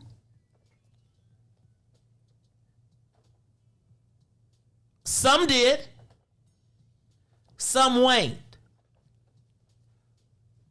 But what everybody knew, including the black millionaires, was that their wealth and power did not come from aldermen. So the aldermen never really had, so those black businessmen never really ever had to deal with the aldermen. They didn't have to support you. They didn't have to put money in your pocket, etc. Then Rahm came. And Rahm came and really just picked up the mantle with those same people. All the time, those people were guaranteeing that, oh, I got the black community. We're taking care of them. We got this straight. And because we never raised our voices, they just played the game and was like, they didn't control anything, but they had the perception of control. I didn't spin your eye, did I? No, okay. No. Like, I'm popping right now. So now we've got Lori Lightfoot, who has no relationship with anybody. You've got labor being the 800-pound gorilla. You've got the black business owners that were created by Daley in a state of limbo because they don't have a relationship with Lori. And so now, the biggest priority in creating equity, contracting oversight and equity, is to ensure that that same class can continue to get wealthy. But here's what the difference is. It's now being generated. It's now Mayor Lightfoot and the aldermen working together to claim those black business people who they didn't make.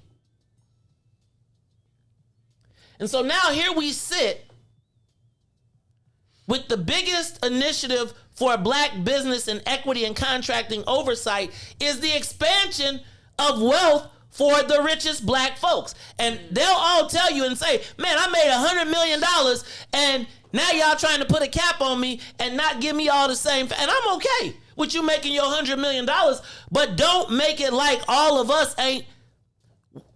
Why is how many black construction companies are there? 6, 7, 10? Now, if I put you on a $200 million contract, right, that you share and split with other white folks, I get to count your $200 million against my $1 billion spend. So while we got 7 construction companies that are doing great, the rest of us are gutted.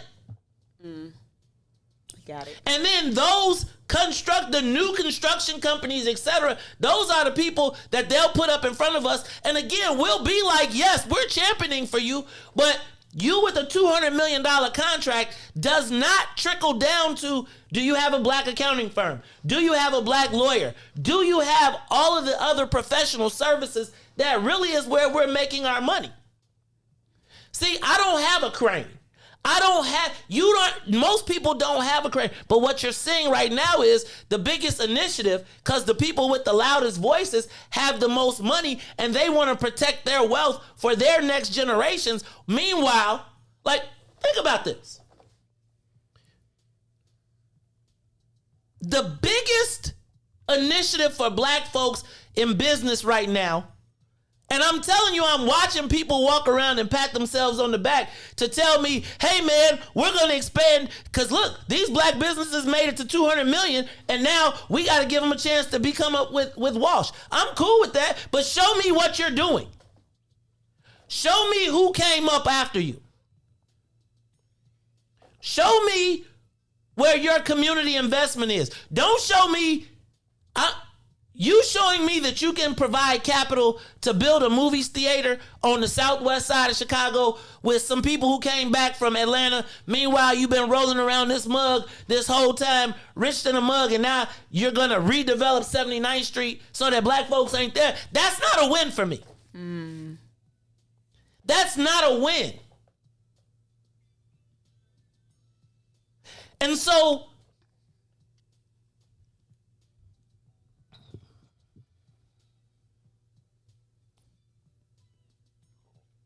as I look at this committee on contracting oversight and equity, really, where that been at? That committee existed through cannabis. That committee existed through through what? Through everything.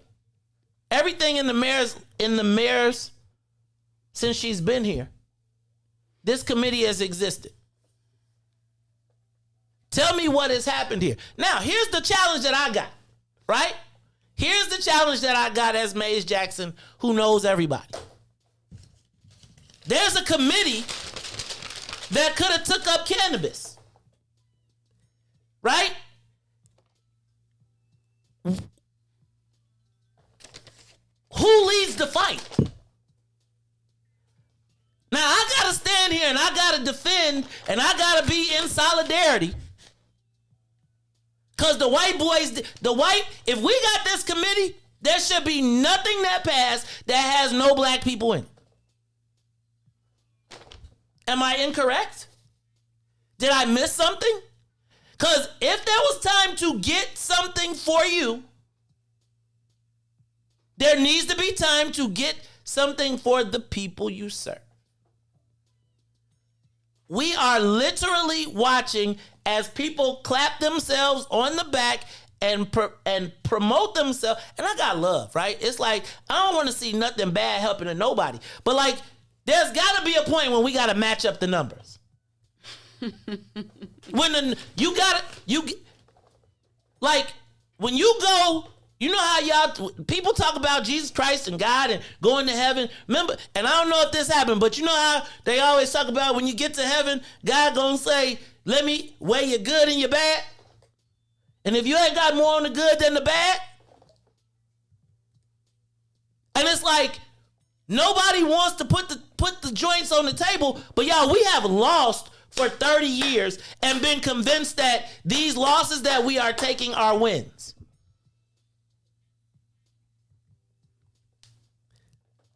And it's like, I be walking around here trying to be nice and be cool, and it's like I'm looking at people who are literally effing us right. They are literally participating in the effing of us. With an attitude. It's the Maze Jackson Show. Let's take a break. We'll be back.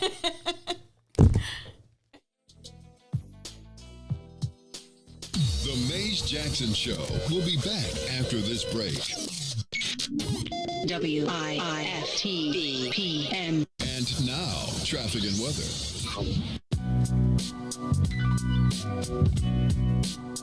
Good morning. What's in it for the Black People Media family? The time is now 7:35 a.m. and I'm Reese the Ruler with your Chicagoland area sports weather and traffic update. In sports, the Chicago Cubs was at Wrigley hosting the Colorado Rockies. Cubs would get off to a rocky start, but Rafael Otango would hit a bat-flipping walk-off two-run homer to help the Cubbies win 6-4. The Chicago White Sox take a trip to Toronto as they took on the Blue Jays. Bats were still quiet last night as the game was tied 1-1 as Kibler's wild pitch in the eighth was enough as the Blue Jays would score the tie-breaking run and beat the Sox 2-1. Now on the traffic on the Kennedy O'Hare to the Loop is 42 minutes. Outbound to O'Hare is 33. On the Eaton, inbound from Deerfield to Exchange will be 43. Exchange to Deerfield will be 37. On the Eisenhower, Thorndale to the Loop is 55. Back out to Thorndale will be 35. On the Stevenson from I-355 to the Dan Ryan is 57 minutes. Outbound will be 32. The Bishop Ford from I-80 to the Dan Ryan is 35 minutes, 30 minutes back out to I-80. The Dan Ryan is 20 minutes to the Loop with 16 minutes to 95th. The Sabo Lakeshore Drive is locked in at 8 minutes all around. That's 55th to Jackson, Jackson to 55th, Randolph to Bryn Mawr, as well as Bryn Mawr to Randolph. Today's weather is currently 79 and partly cloudy. Today will be a high of 90 and a low of 75. I'm Reese the Ruler. That was your sports weather and traffic update. Now here's some Slick with Your Body.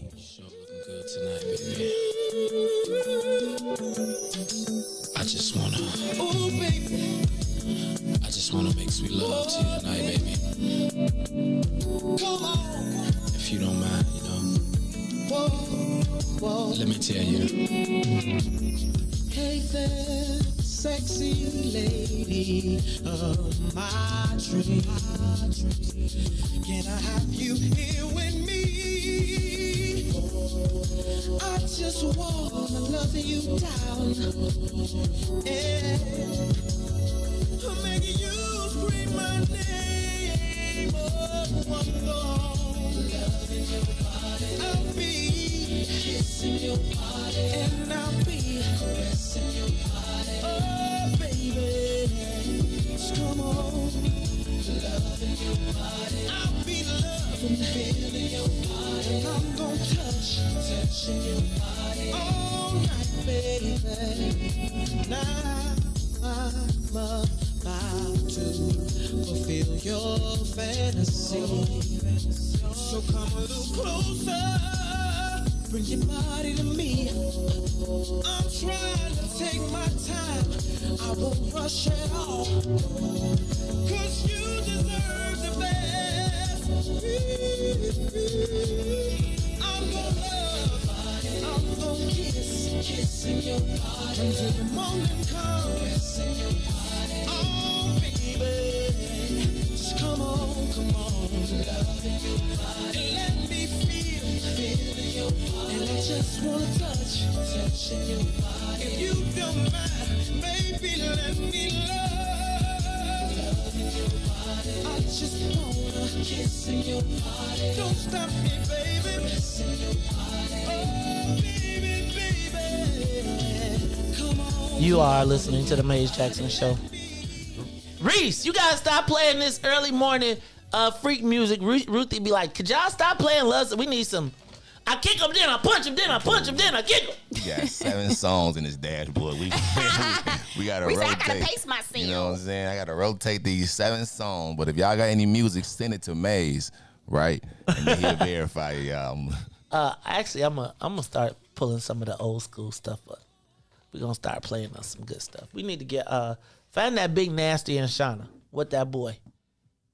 That boy like something like that. I think that's Shauna and Nasty. They got that one. We gonna play. I had a good time when we was playing that Chicago music. By the way, you know when we was playing Psychodrama last week, I ran in the side at Alderman Burnett. He was a DJ for Alderman Burnett's birthday party. Imagine that. You know what he said? I ain't gonna even tell you what he said, because then y'all be like, you be lying. So I ain't gonna even say it. It's all good. It's the Maze Jackson Show. I'm your host, Maze Jackson. Got my co-host, Ruthie Moore in the building, and DJ Reese the Ruler. Y'all, I feel sometimes.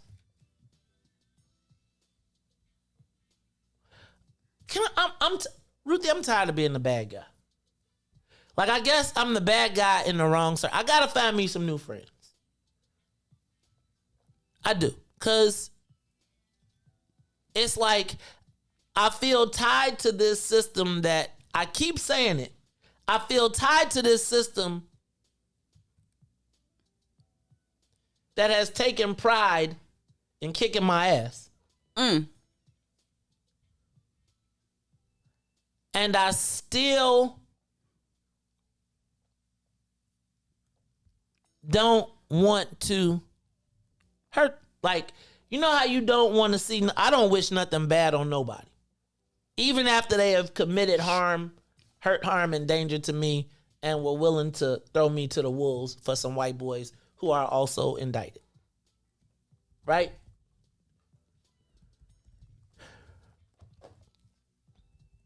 But I find myself in this weird space of everything that I have told y'all I built my career on or built my existence up until was politics. It's been kind of the one consistent in my, you know how I'd be jumping around and doing all type of stuff. The one consistent since I found politics has been to be in politics. And I would tell you that with the exception of my homie out west, I can see how I could give you a list of how I have almost helped every single black politician. Oh, wow. Like, especially in the city council. From all the years that I gave their kids circus tickets to go to Ringling Brothers, to Disney on Ice, to when I had the Coke Sprite. Years and years when I raised money, right? When I was a lobbyist, man, I gave away more lobbyist money. Matter of fact, I told black elected officials, hey, yo, do y'all know these white boys that be coming in here saying y'all are getting paid off y'all saying yes? Before I was really talking about lobbying, people did not understand that they were being lobbied. They thought that they thought that when the Mexican dude or the white dude showed up and gave them $200, they was doing them a favor, not realizing that $200 got them $5,000 a month for 12 months. I've watched as the same people who you defend on a regular basis never remember you when it's time to spread the wealth, when it's time to spread the money. When you in trouble, when you in time, it's always thank you. Hey, man, if it wasn't for you, I've watched it. And quite frankly, these hoes ain't loyal. Like, it does not work for black people the same way it works for white people in politics. With white people or with black people. Because I would tell you, Ruthie, over the last 30 years, how many times have the same people made the same white people rich and rich again? And they be at all the parties and be the white folks invite you, they show you, when they in front of you, they be, oh, you're the greatest thing since sliced bread. As soon as you leave, they be calling you by your first name. And this whole thing, when I think about everybody running to the forefront to help make the black folks re-rich again, talking about equity, and they can't really point to no new black folks, nobody that you put on, right? Like, I don't have a problem with y'all saying, okay, we're going to make these black dudes re-rich again because it's our chance to get at their money. Because that's really what it is. This is everybody's new chance to get at the remaining black millionaires' new money. But who are they bringing up? Who have they brought up? What is their track record? You know how many times I can point back and say, with our little bit of what we got, this is what happened? What is the tale of success that comes out? Like, yo, there's literally a committee for contracting, oversight, and equity. And all of our favorite people are on it. What does that committee talk about? What when they say contracting, equity, and do they see that in Chicago for black people? Do they be like, we've done a good job? Or do they become the pathway for white folks to greenlight their projects? Does it become the stamp of approval for bull? Ooh. Because I gotta ask, what did this committee say when cannabis happened? What is this committee saying about gaming? Y'all talking about a casino, like, don't tell me about it afterwards and then tell me that the same this, and they making this so that these same black people can make money off the casino. So now I can qualify as a minority as $100 millionaire to go put $100 million with another rich billionaire. That's what this is about. This is me positioning so that the people who can take advantage of these casinos or this casino that's already wired. Yo, man, you mean to tell me, hey, man, when Daly was here, we could have got plugged on that. Well, man, you done made my man, you got plugged on it because you were a small guy. You went from being a $50,000 company to $200 million. Yeah, man, I made $200 million, and now y'all trying to block me from getting an opportunity. Like, hey, cuz, let me just wave down here. And I'll tell you that our job will be to fight to get them the opportunity. How many of them advertise? I'm saying, no, our job will be to be, and I'm going to tell you, every time I see somebody black that I know win a multi-million-dollar contract and all of that, and they be like, man, and it's like, well, I got to get 200 million more because now y'all blocking me. I got to ask myself, I got to see your lineup, cuz. I got to see your lineup. Let me see the board of directors. Let me see your lobbyists. Let me see your accountant. Who is winning when you win? And right now, they're refacing it. But again, how many black people can participate at the, if your job, 200 million people, Joe, $200 million, you made 150, 200 million in contracts? I'm not saying you shouldn't get more, but are you suggesting that that's what the priority should be? Is that really what the priority is? Oh, and I got like I'm not even go there. All you gotta do is read all all of the stuff that's happening right now. I would give you. We just heard about.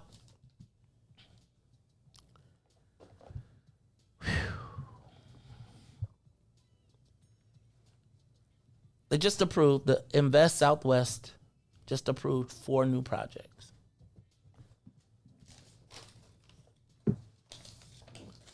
The 4 new projects. New City, $51 million partnership on 1515 West 47th Street. 1515 West 47th Street. What's that? That seems like 47th and Ashland? About? 47th and Ashland, what's that? Latino? It's turning Latino. It's converting. Bronzeville, $19.5 million development at 47th and Vincennes. North Lawndale, $31.4 million investment. GRE. So I'm going to give a shout out to my man, Tory Barrett, who is involved in the North Lawndale redevelopment. They got $31.4 million to redevelop that area. I think that's a converting Latino area too. What's on Ogden between Holman and Trumbull? That is, but what's that area? Black or Latino? That's Latino. It's like, yeah. Okay, so $31.4 million, right, to rebuild. But we would think of that as West Side. And then South Chicago got $23.5 million for a new development as well. And I'm looking at all of these, and I see that Ruthie, I started to ask you to do the Ruthie real quick on me and pull up these companies that won these bids. Because even as I'm looking at them, it seems that these become the anchor for the uprooting of us in our community. When I think of this, so here I come in a challenge. I find myself challenged because you're happy to see brothers and sisters included on these projects. But oftentimes we're included on the projects as the validators of our demise. I'm not going to trip. But y'all, if you look at where Black Chicago is, where we've gone over 30 years, and if you were to watch social and digital media from the people who are supposed to be on the watch, you would literally think that it was sweet for Black people in Chicago.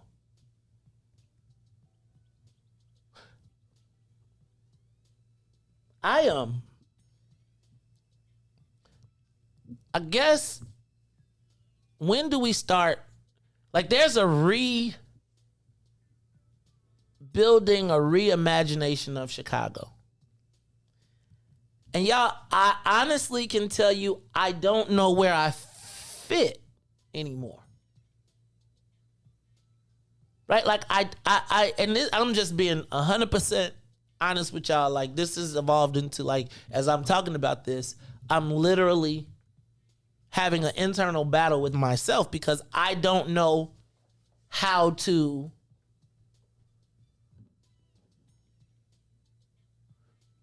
like, when you look at something, you be like, kind of like, man, cuz, like, you was with it. Like, over 30 years,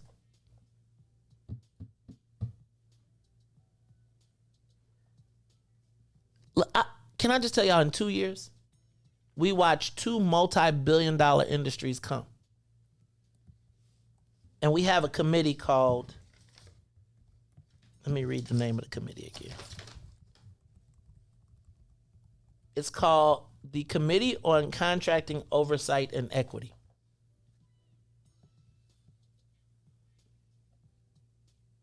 How do we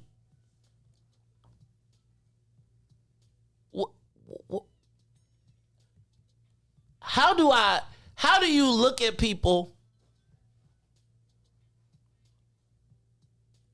laugh, joke, act like it ain't? Like, do you think that people recognize that we're down? Do you think that our leadership recognizes that we're down, Ruthie? Like, when you say we be down so bad, like, and I know sometimes I live in a la-la land world. Mm-hmm. But even in my la-la land world, I can see that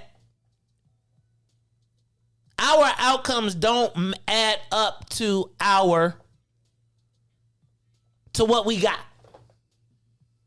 Like, our outcomes don't add up to all the people, places. Like this, like, I think about all the times that I gotta kiss rings that white folks be like, man, I'll buy them. I think about how many times I show all the love, respect, hey, boss, da-da-da-da-da-da, hey, whatever, and that is never reciprocated. Meanwhile, the white boys walk in the room and they can get us to co-sign. I don't know where I fit anymore. It's a losing game. It's like, in the Chicago way, it's the Chicago way. It's all fun and dandy till it ain't fun and dandy. But by and large, our outcomes are disproportionate in the game. That's why I say burn it down. The whole thing. Do we burn the people with it? You inside the building? You see the smoke, but you in there too busy trying to get the rest of your possessions out. You be thinking you smart sometimes, I'm don't just you? saying. You be trying to, and Reese, stop nodding, dog. You ain't the deacon board. I'm just You're like, saying. Reese, I'm waiting for Reese to be, well. You in there trying to, in there prying off countertops, taking your cabinets out. Meanwhile, it's burning all around you. Do you smell the smoke? Do you hear the fire alarm? Do you hear the babies crying? People throwing their babies out the window because it's too hot in this burning inferno that we in. You got people pouring gasoline on it. You got people pouring water on it. You got some people just sitting there watching it burn with their cell phone out so they can post some pictures of it. I just don't. Some people getting lured into the burning building and dumb enough to go.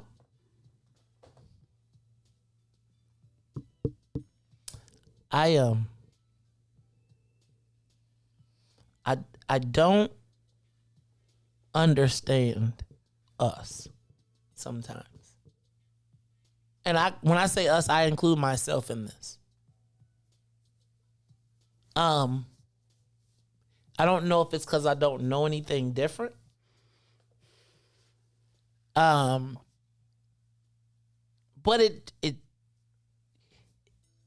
it's not right. What does the different look like? The difference means that we can't keep doing stuff the same way that we've been doing it. So, Ruthie, I'm going to just say this. And having been at this for a long time, right? I feel like every time you run up the hill, everybody be like, let's run. And then by the time you get to the hill, you be like, then you lose all your stuff. You got to start over. And the people be like, let's go again. You be like, let's run up this mug again. See, I look at it differently. I look at it like people like me, like, I ain't going up there. And then y'all like, well, y'all ain't active in the system. And they'll be like, we ain't going up there. I'm not going. Why? I don't want to engage. It makes people not want to engage. And that lack of engagement emboldens those same people. So it's kind of like a losing situation. That's my point, right? So do I just go make me some money and just be like, it's all good? No, you don't got to go up that hill. We built some steps around the way. Let's go that way. Well, I ain't seen. I mean, I'm saying like this. Ruthie. We built steps around the way. That sounds good. We built steps around the way. We ain't got to go up this hill, but ain't enough people coming that way. Who built the steps? We. Who is the we? Because I'm just saying. We need more people around the way building them steps, so we ain't got to go up the hill. You've seen trinkets of people avoiding going up that hill and still making it. You've seen the sprinkles. Now, if them sprinkles all get together and be like, hey, y'all, let's build something lasting around the way, we can make it happen. Yeah, I think I got to stop recruiting people into a burning building. You like... The roof. But we do need some water. I need some water, man. I'm at the end of my rope, man. I'm around here 50. Man, y'all trying to have me on the battlefield till I'm 70. Like, can I y'all trying to, I'm just saying, y'all, it's like, I got to get my, what you say? I got to get my heart rate up, Ruthie. My knees is creaking. It's like now when y'all be like, come on, let's go get in the fight. I'll be like, I got to get hit again. We gotta, it's just about. Because they be like, hit maze. But you know what the hard part is disconnecting the people from the system. Because it seemed wrong, but legit, some of them people got to burn in that building. Otherwise, they going to keep up being like, hey, y'all, come on in. We got a block party. We having a block party, y'all. We got stepping. Come on in. I'm just telling you. Be getting in fights and then I be getting whooped for getting in. It's like sometimes you be in a two-way battle, right? Like, look, y'all. I want to thank everybody from WBGX 1570 AM who is here with us today. Appreciate y'all joining us every day from 6:30 to 8. Now, don't forget the conversation will continue after this break. We're going to talk about what is black culture. What does it look like? Who controls it? Is it good or is it bad? This is the Maze Jackson Show. I want to thank everybody. Watch us on Facebook Live, on the Maze Jackson page, on YouTube, on the Maze Jackson channel, on Twitter, and on Twitch. Thank you again for being with us, and we'll be back after these messages. The Maze Jackson Show will be back after this break. WIIFTBP. Shop at Black-owned and operated Solo Beauty, where you are appreciated and respected. Located at 8158 South Cottage Grove, Solo Beauty can supply all of your black hair care needs. Solo Beauty is open from 11 a.m. to 8 p.m., Tuesday through Saturday.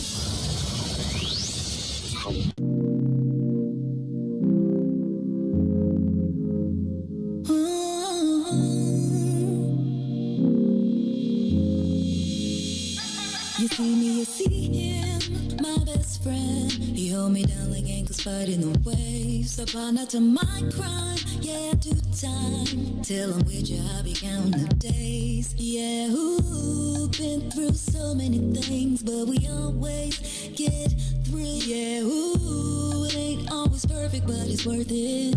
This is deeper than the surface. If I said I didn't love you, you would not know I've been frontin'. Wiped all my scars away like it was nothing. Took the parts of me I tried to hide to make them something, something. Like it was nothing. Ooh, so much, baby. Ooh, you know you drive me crazy. Ooh, you give me peace of mind. Ooh, let me tell you why. You make it easy. Say, to take it easy. Say, feel so weak. Say, easy to love. Say, to take it easy. Say, feel so weak. Say, easy to love. I never thought that I would give it to you, but now I don't think it's the time. I won't do it. I think it's cause the way you talk to me, know how to say it without making me feel little. You're gracious even when you pop off on me. When you get done, I got a little something to drop off on you. Because you earned it with the time you took to put it that way. You got me liking to get put in my place. If I said I didn't love you, you would not know I've been frontin'. Wiped all my scars away like it was nothing. Took the parts of me I tried to hide to make them something, something. Like it was nothing. Ooh, so much, baby. Ooh, you know you drive me crazy. Ooh, you give me peace of mind. Ooh, let me tell you why. You make it easy. Say, to take it easy. Say, feel so easy. Say, easy to love. Easy, you make it easy. Say, to take it easy. Say, feel so weak. Say, easy to love. You make it easy. You make it easy. You make it easy. And now, traffic and weather. Good morning. What's in it for the Black People Media family? The time is now 8:03 a.m. and I'm Reese the Ruler with your Chicagoland area sports weather and traffic update. In sports, the Chicago Cubs at Wrigley as Rafael Ortunga would hit a bat-flipping walk-off two-run homer that helped the Cubs win 6-4 against the Rockies. The Chicago White Sox in Toronto taking on the Blue Jays as Kimberly's wild pitch in the eighth will be enough as the Blue Jays will score the tie-breaking run and beat the Sox 2-1. Over the traffic on the Kennedy accident, so O'Hare to the Loop is 53 minutes. Outbound to O'Hare will be 43. On the Eden, inbound from Deerfield to Exchange will be 55 minutes. Outbound to Deerfield will be 50. Accident on the Eisenhower as Thorndale to the Loop is 73 minutes. Back out to Thorndale will be 47. On the Stevenson from I-355 to the Dan Ryan is 55 minutes. Outbound will be 45. On the Bishop Ford from I-80 to the Dan Ryan is 43, 29 minutes back out to I-80. The Dan Ryan is 20 minutes to the Loop, 16 minutes to 95th. The Sabo Lakeshore Drive, 55th to Jackson is 10 minutes. Jackson to 55th is 8. 8 minutes on the north side. That's Randolph to Bryn Mawr as well as Bryn Mawr to Randolph, 8 minutes. Today's weather is currently 80 and partly cloudy. Expect a high of 90 and a low of 75. I'm Reese the Ruler. Now let's get back to the baddest show in the land. It's the Maze Jackson Show.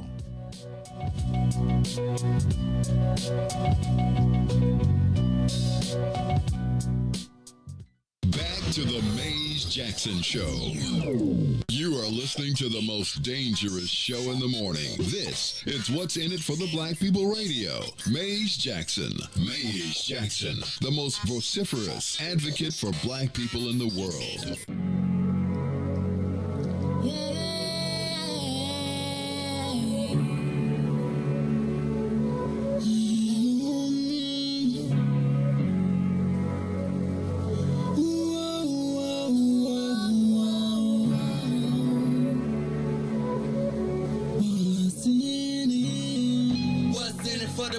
People, cause economically we are not equal. Waking up to lies, can't doze no more. I told y'all, yeah, this dangerous show. Don't go to church if you ain't trying to help us. Don't even try to be around and can't protect us.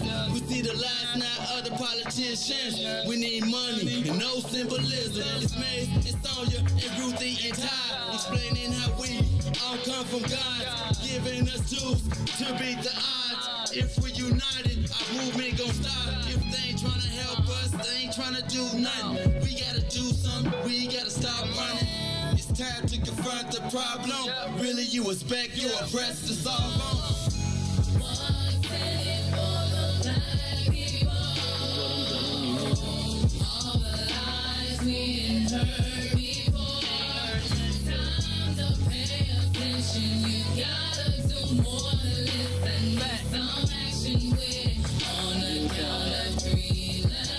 Wake up, Chicago! Wake up, world. This is the Maze Jackson Show. I'm your host, Maze Jackson. I got my co-host, Ruthie Moore, DJ Reach the Ruler. Let's open up the phone lines. Let's go to the lines. Give us a call, 872-259-7474. It's like we're aligned to a system that just hasn't shown us the love. Whether it was the white folks, whether it's the black folks, I don't know how we could have had the math, the numbers, the positions, and not figure out that when we got the keys, that we got to open the gate for each other. Because what that take away from my own personal gain? Now, but Ruthie, I feel like it doesn't take away from your own personal gain, because if you make people rich, then people are going to re-rich you. Well, maybe not. But ding, ding, ding, ding. But Ruthie, because you ain't made nobody. Because this is why they're doing this thing with the black millionaires right now. Because they didn't make them rich. What they do with the bag? Did they run off with it? Who? The people who got rich. Like, what are they doing with the money? Well, I think the people that got rich when Daley was in play, he made them do things, right? He was like, you got to go get that. You got to, so that he would send them to those black people. Like, if you needed something, if you wanted something, some kind of way you had to show your worth. It made the black, and it was why the black legislators was like, they don't come to us, they go to Daley, because Daley made them, not them. This is their chance to prove to those people that Daley made that, hey, I'm good too, because their money in the black community is dried up, so they're really the only people with dope. So now, I know, and they know that the Black Caucus know that they didn't make them rich. That's why we only get the toy drives. Like, the biggest representation for aldermen to black people in Chicago is the toy drive. You take away the toy drive, what you see in collective come back to the community. Like, do we give, like understand the Latino Caucus Foundation gives away full ride scholarships. Like, do y'all understand we've made billionaires and we don't have we're giving people $10,000 to go to school. Like, we don't have a hedge fund that funds or endows our own. Right? Like, keep everybody dumb or fighting. And while we're fighting with each other, they just they done moved into your neighborhood and built up. And now we excited about $500,000 houses in our neighborhoods, but guess who ain't gonna get them? Like, the funniest part to me is when, like, the handwriting is on the wall and you like, yes, my property values have just gone up. But yeah, what your property values going up means is that the black people are going out, and maybe you ain't got more than 4. Maybe it'll take another 10 years. But that's 2 turns for you. You could check cash out by then.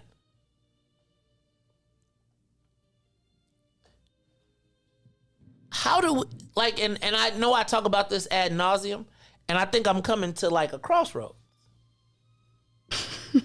Why are you laughing, Ruthie? He just know it remind me of Bone Thugs and Harmony. I know. I was just thinking that too. Meet me at the crossroad. They came to the state fair last week. Mm. But Ruthie, we get to the crossroads, and I gotta ask: is this fight on the black stuff really worth it? What black stuff? That's my point. That's my point. Like, when the biggest fight right now, we got a committee on, what is it called? Committee on Contracting, Oversight, and Equity. I mean, we got the committee. We got the name. We got the chairman. We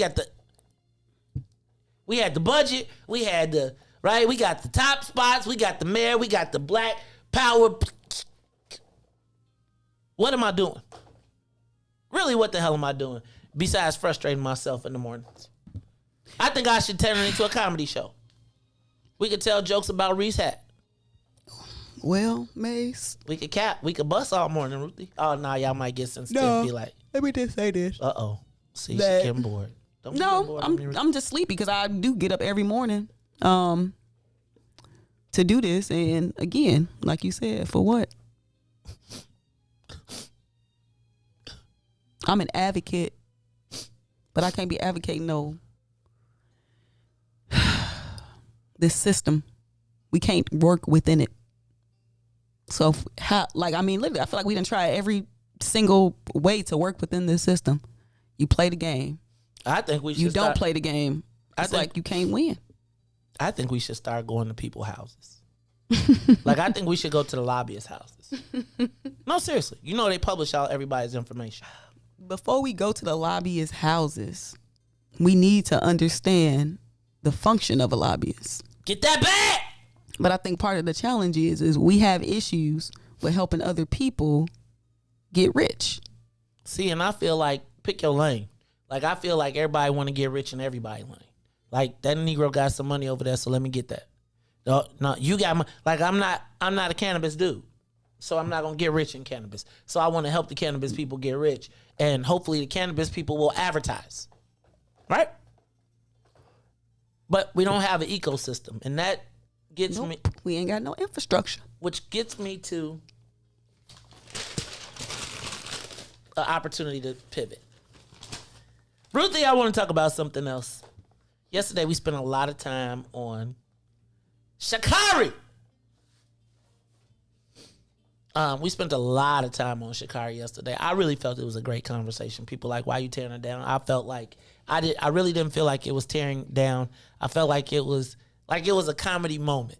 And I felt like social media just expands that comedy moment. But it got me to also thinking about our culture. Ruthie, I would surmise, I'm going to speak to Maze Jackson. I'm not going to speak to anybody else. Sha'Carri, I'll be honest with you, the last woman in track that I really knew was FloJo. I can't really think of any. I mean, I know the lady with the pregnancy and the girl who won, the lady who won the 5 gold medals, but I really, honestly, track is not something that I watch. Unless they say it's the fastest person, or it's like the fastest man, or Usain Bolt, or something like that, right? And when I saw Sha'Carri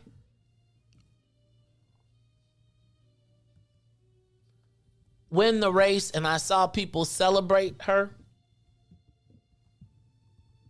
I think people celebrated her because she represented black culture on display and and then kicked some butt. I feel like the hair, the nails, the tattoos, the way she talked were all black culture cues. And then when she lost and everybody was roasting her, which I felt was pretty much good natured, it felt like so many people took it personal when I thought a lot of it was just really like internet jokes and stuff like that. But I wondered, why were we so, with nobody caring about track? Because even in the race that she was in, a black woman from the United States came in fourth. And nobody interviewed her. They didn't interview the first place person, etc. And I think there was a fascination from America, white America, with Sha'Carri because she maybe fit a profile of black America, but they also wanted, not a black America, it fit a profile that white America would like to envision as black folks. But they also was like, we ain't gonna not accept your speed. If she would have won, she would have been USA, USA, USA, we kick butt. But I really feel like our affection for Sha'Carri, for everybody who's not an avid track fan, wasn't because of her speed necessarily, but more so because of her embodiment of black culture. That's how I felt. What made, in your mind, Sha'Carri so popular?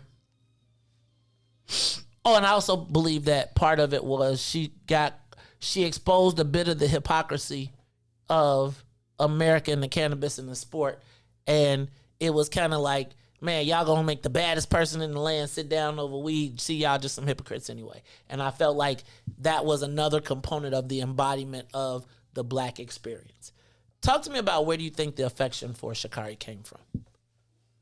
I like track and field, so I've been following Sha'Carri for years now. So you're probably not a good judge of this. I mean, she's been really, really good. Like, to be so young, she still is just fast. And what was interesting, because I discovered Sha'Carri, like a couple years ago, and she has part of her trademark signature brand look was her hair and her nails. So it's been a thing. So I've been waiting on Sha'Carri to kind of come up, like, just out of the local and like make it onto like the world stage. And I think if she wasn't fast, people really wouldn't be talking about her. But I think a lot of the antics that, go along with it, again, like I said earlier this morning, it's like boxing. You got to lead up to the match. Social media has made it so that people can kind of create their own brands. And so I'm not really mad at her. Do you think she is? I'm not mad at her either. Do you think she is an embodiment of our culture? I think she's a black woman who is on a global stage doing athletics. So absolutely, she is an embodiment of black culture. Got it. Let's go to the phone lines. We got some calls. Hey, callers, you're on the Maze Jackson Show. You got 5 callers? 5? Hey, man, we got to take these calls because, when you take, they be costing me by the second. Caller, you're on the Maze Jackson Show. Caller? Oliver, you on the Maze Jackson Show? Yes, Maze. This is Oliver. I listen to you every day. Thank you, my brother. But I do need some assistance. And I'm trying to reach out. I didn't want to leave my number publicly, but I was fortunate enough to be awarded a large percentage in a marijuana quality grow.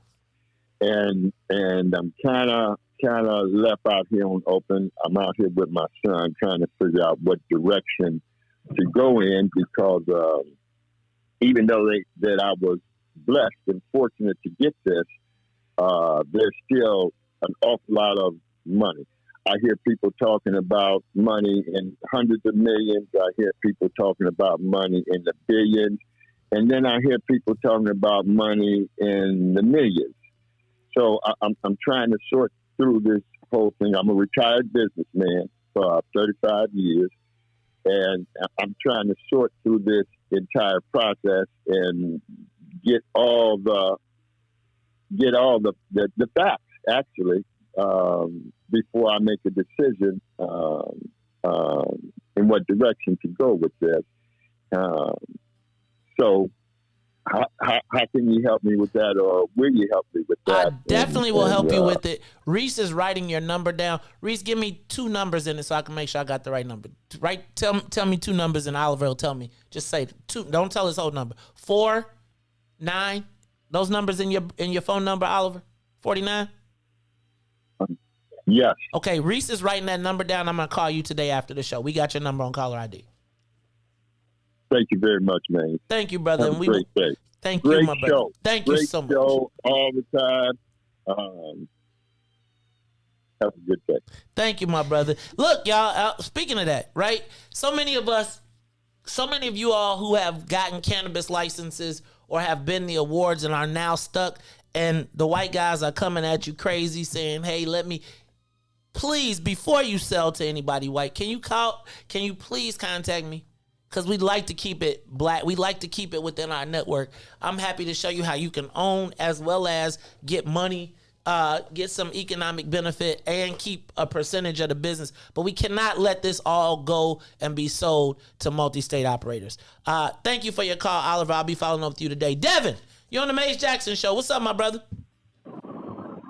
Hello? Uh-oh, that sounds like Devin Gordine. Hey, man, I seen you capping on me today. I got you, though. Hey, man, I stay in violation, man. I just want to tell everybody, stay encouraged, man. We can do this. But, when the PAC wanted to solicit funds, man, we need people to contribute, and we need people's skills and talents, man. So don't feel like May's got to do it all. Man, it's really about us and we becoming the leaders that we want to see and that we want to have lead us. So we're the change that needs to occur. But the first thing we're going to have to do is get rid of these politicians, man. I really wasn't like that, but we got to flip these tables over and clean out this corruption that's up in here, man, because it's really holding us back from protecting these babies, man. It's about these kids, and whether you get involved with What's in it for the Black People, New Era, ECCSC, just find you somebody to get down with and put both feet down and go do something. That's all I gotta say. Just go do something. That's it. Thank you. Go do something. Go spend some money with Solo or go do something. I'm with you on that, brother Devin. But we not complaining no more, bro. And I need to chop it up with you, man. I ain't heard your neck in a while, but I just gotta jump down on you and come say what's up to you. But we all we got. It ain't nowhere else to run to. Man. Jamaica is looking. I'm out. Thank you, Devin. Jamaica looking real nice. Oh, I can't say Jamaica right now. Jamaica's looking real nice. Hey, so y'all do know we are resuming our What's in it for the Black People meetings. The 14th of September will be our next meeting. The 14th of September. So put that on, and we will be having it at a private location with masks and all of that good stuff. All right, let me keep going with the phone lines. Anthony, you're on the Maze Jackson Show. What's up, brother Anthony? Good morning, Maze. How are you? Man, Anthony, I'm getting woe out again. I need another vacation listening to these stories. You know what I think, man, and I know a lot of people don't care what I think. Yes, we do. Before I forget, you need to collect calm. You need to, because you're easily excitable. All right, and you can tell there's passion in a lot of things you want to convey, but you that's no good for blood pressure, heart attack, stuff like that. All right. That being said, all right, and like the brother was just saying, it's about these babies out here, man. Okay, it ain't about us. We done seen our better days 9 times out of 10 anyway. But as elders, okay, and one of the hardest things to do is convince these babies what's in their best interest. But we got to have one of those, sit down and let's chop it up sessions with them, man, because it's gonna get worse if it doesn't turn around. We're raising a generation of socially awkward children. They miss social cues. There's no eye contact. They getting into beef about social media things. Somebody that said about them. Next thing you know, they want to shoot up the block. Okay, and an example of that is like when your boy the baby was sitting up there talking about what they had been through, all this, and all of a sudden the topic he was talking about was people of Jewish faith and homosexuals and whatnot. I'm like, what the hell was going on when he had all of this, you know? And the next thing you know, he's been part of that cancel culture. Okay, so we don't need these children growing up awkward and not being able to be in social settings. Is my point. So we got to have a way to sit down and connect with them, man. Get them on the right page. So go ahead. Anthony, first of all, thank you for your call. You got my number. Yeah, I do, and I'm gonna write it down because we gonna figure out this lunch thing.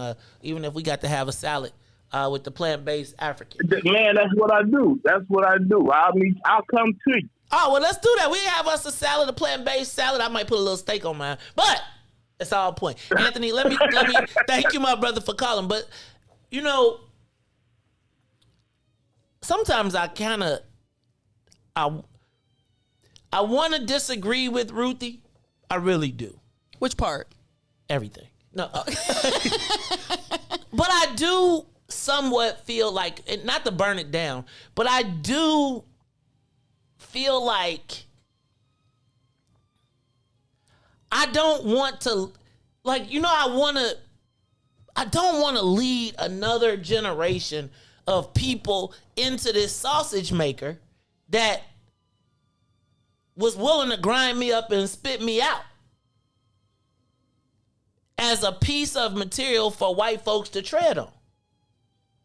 Like, I feel like we're putting our kids in rock crushers to make a road for white folks to walk all over us. And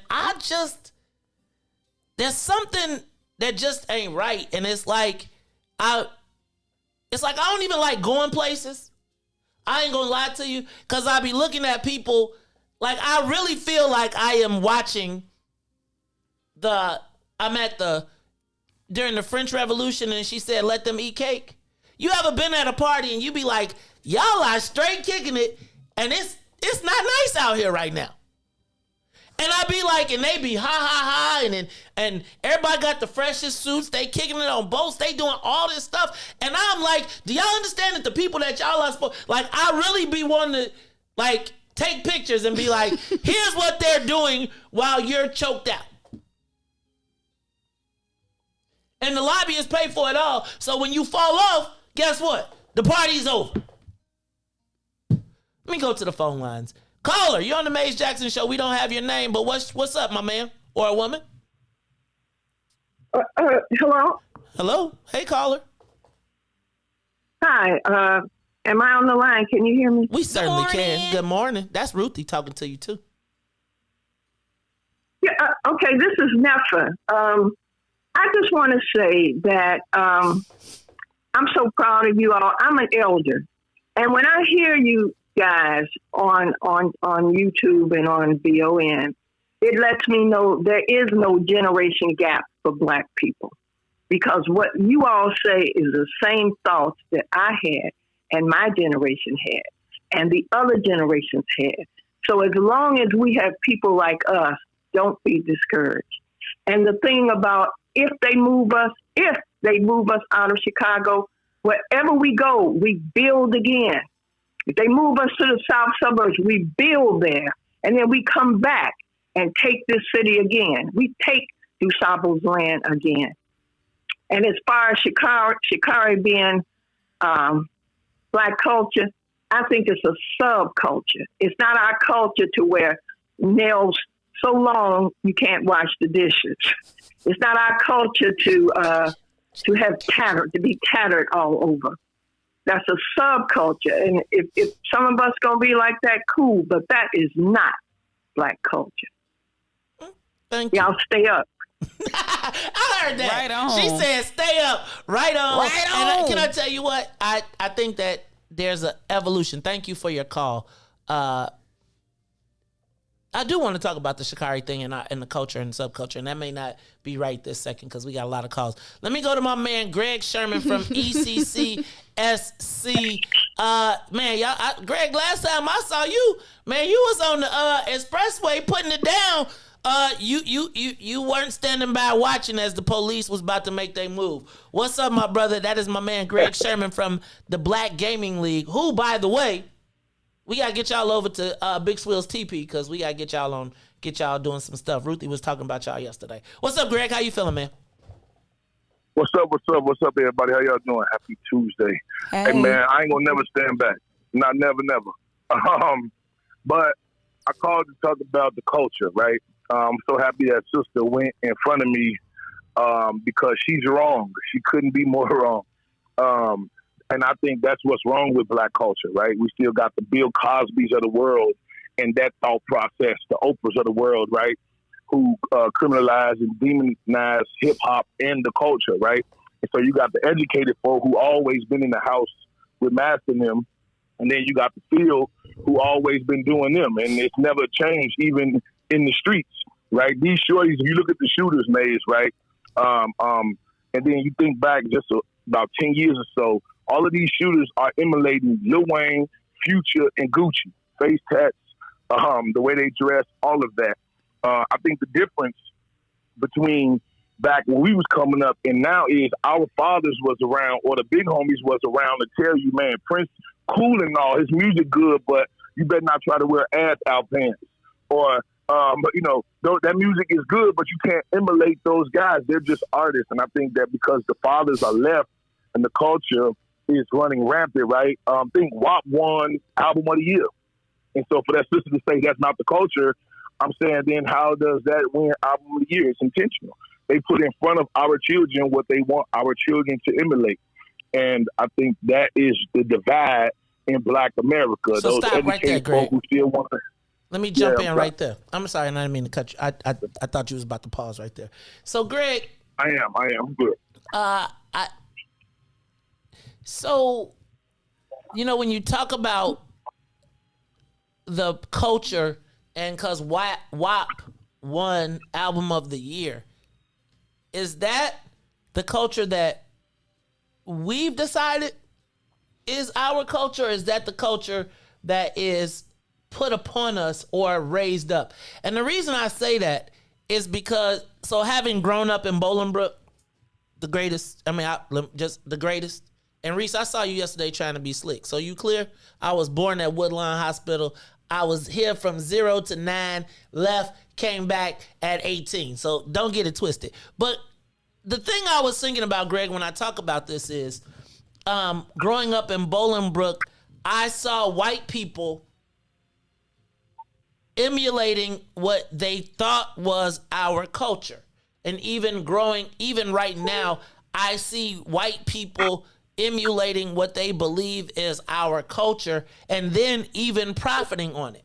I'll give you Kim Kardashian and Kylie Jenner, for example. So we talk about the WAP video, right? But they feature, here's the white girl gets to come in and be kind of like she don't be broke down, bending over, licking, and all of that stuff, but yet she gets to participate and kind of elevate over the culture while getting the benefit of it. Is that really our culture? Is that what they are promoting to us as our culture? I think that it's both. I think that we always been flamboyant. We always leading edge in being edgy, right? However, the radio stations, the people who are promoting the violence and promoting the ignorance, of course they will put an example of Cardi before they would an example of who's a young artist that's dope right now. I don't know, somebody who is more conscious, right? But I think it's intentional, man. I get where you're going with it. But I think it's both. I think that we love the hip hop culture. I think we're edgy. I think we take chances and risk with our outfits and our dress codes. However, I think that they in turn turn that into criminal.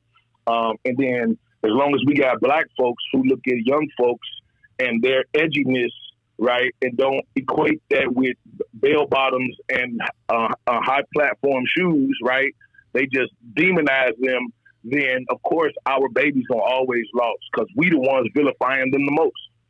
That's how I feel about that. Okay, cool. So Young Baby, what's not Young Baby? What's the one that they put to replace Young Thug? What? Mm-hmm. The skirt. That our culture? The black dudes in dresses and makeup. Is that our culture? Talking about Lil Nas, right? No, I'm not talking about Lil Nas. That too. But I'm talking about the dude that they Young Thug who replaced the baby for his anti. Hey, bro, but let me say this. Let me say this to you, right? Okay. You got to go back even further. Lil Wayne started wearing dresses and tights before any of them. Is that and he our also culture? was the first person to say, he also was the first person to say, I got so many bullets, I don't need no aim.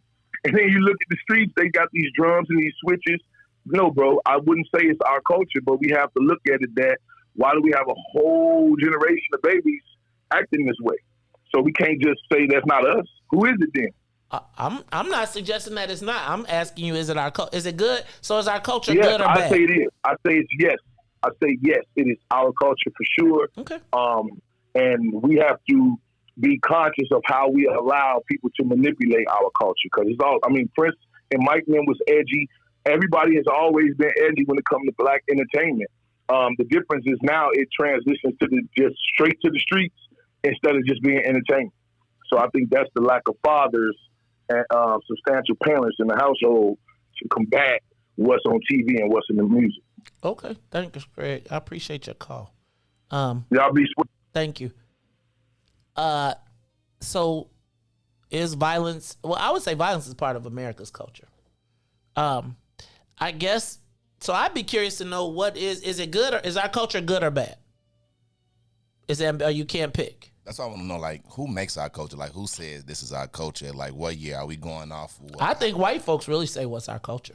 No, I think white folks try to steal our culture. I believe that they've done a very good job. Yeah, and we buy it back.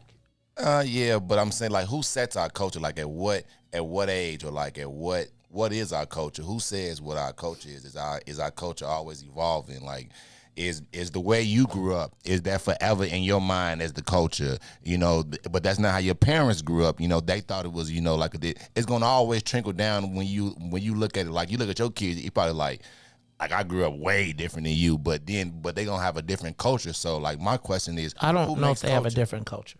Of course. And I think they have a different choice of music, and they have different forms of entertainment. But I would say that, so is our culture good or bad? Would you say what if you is were our extra? culture? Well, I'm saying, shoot, we just said Lil Wayne, switches, face tats. Ask what is our culture? What is it?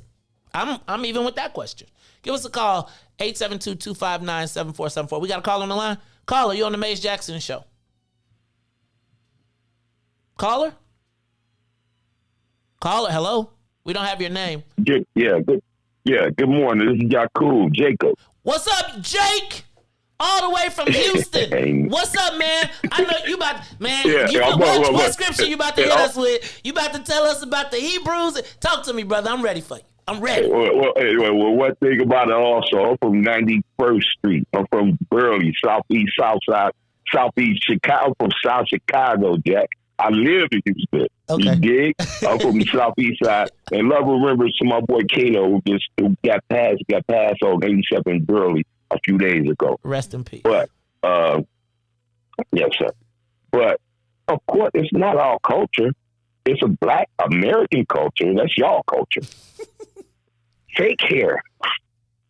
These females could be 5 different persons in a week. That's insane. It's really like some psychotic stuff going on. Fake nails. The eyelashes is just ridiculous. They phony. Anybody you phony, you're phony. That's what you get so far. She could do not her, me, all of it. But all this is written about. They talk about them. They talk about the daughters of Zion. They will have their necks stretched out with low-toned eyes, with the clicking of their feet, thinking they this and they that. But one thing right now is a bunch of judgment going on. Right now. Not only with, with the virus stuff, you know what I mean? And the ones who beat it on their chest, they took the little, took the little shots and all this and that. They scared too because they still not protected. They still going to the hospital. They lying, talking about it's less now. You'll get it, but to the culture thing. No, it's not a culture. If my people who are called by my name would humble themselves, he would heal our land. He would heal us because we just don't know who we are. We stuck in America for 400 years is up, and we seeing a change going on. But The good news is we're going to be all right. Some of it is going to be all right. It's a change going on, but we got to get back to realness. Like, and with rap, like the little Kim. But Kim start, it's it's sad, yo. Okay, how much it's sad, man. The way we are, it's kind of sad. And you can't put it on Lil Wayne with the tattoos, maybe. You know what I mean? He bought that little skateboard, rock and roll, you know what I'm saying? Which back in the day, tattoos like that was corny. Man. That was some rock and roll motorbike, bicycle, motorcycle gang type stuff. You know what I mean? But you know what I mean? Of course, the gang bangers or people in gangs, it was a gang representing things. Hold on, wait. I think we had a bounce, and it looks like that to be heard. Because, you know, hold on, we coming, y'all. Hold on, don't go nowhere. Don't you go nowhere. We'll be right back. We on? All right, so Ruthie, you made a really interesting point. You were just saying it, which was, I don't see it yet, Reese. I don't see it back up. You see it on? Because it doesn't came back on mine.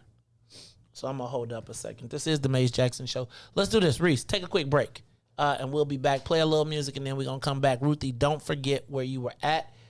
You were talking about media takeout and all those black-owned those sites that have exploited. We're back. Looks like we're back. Uh-oh. We froze? We're back. What? You're not back?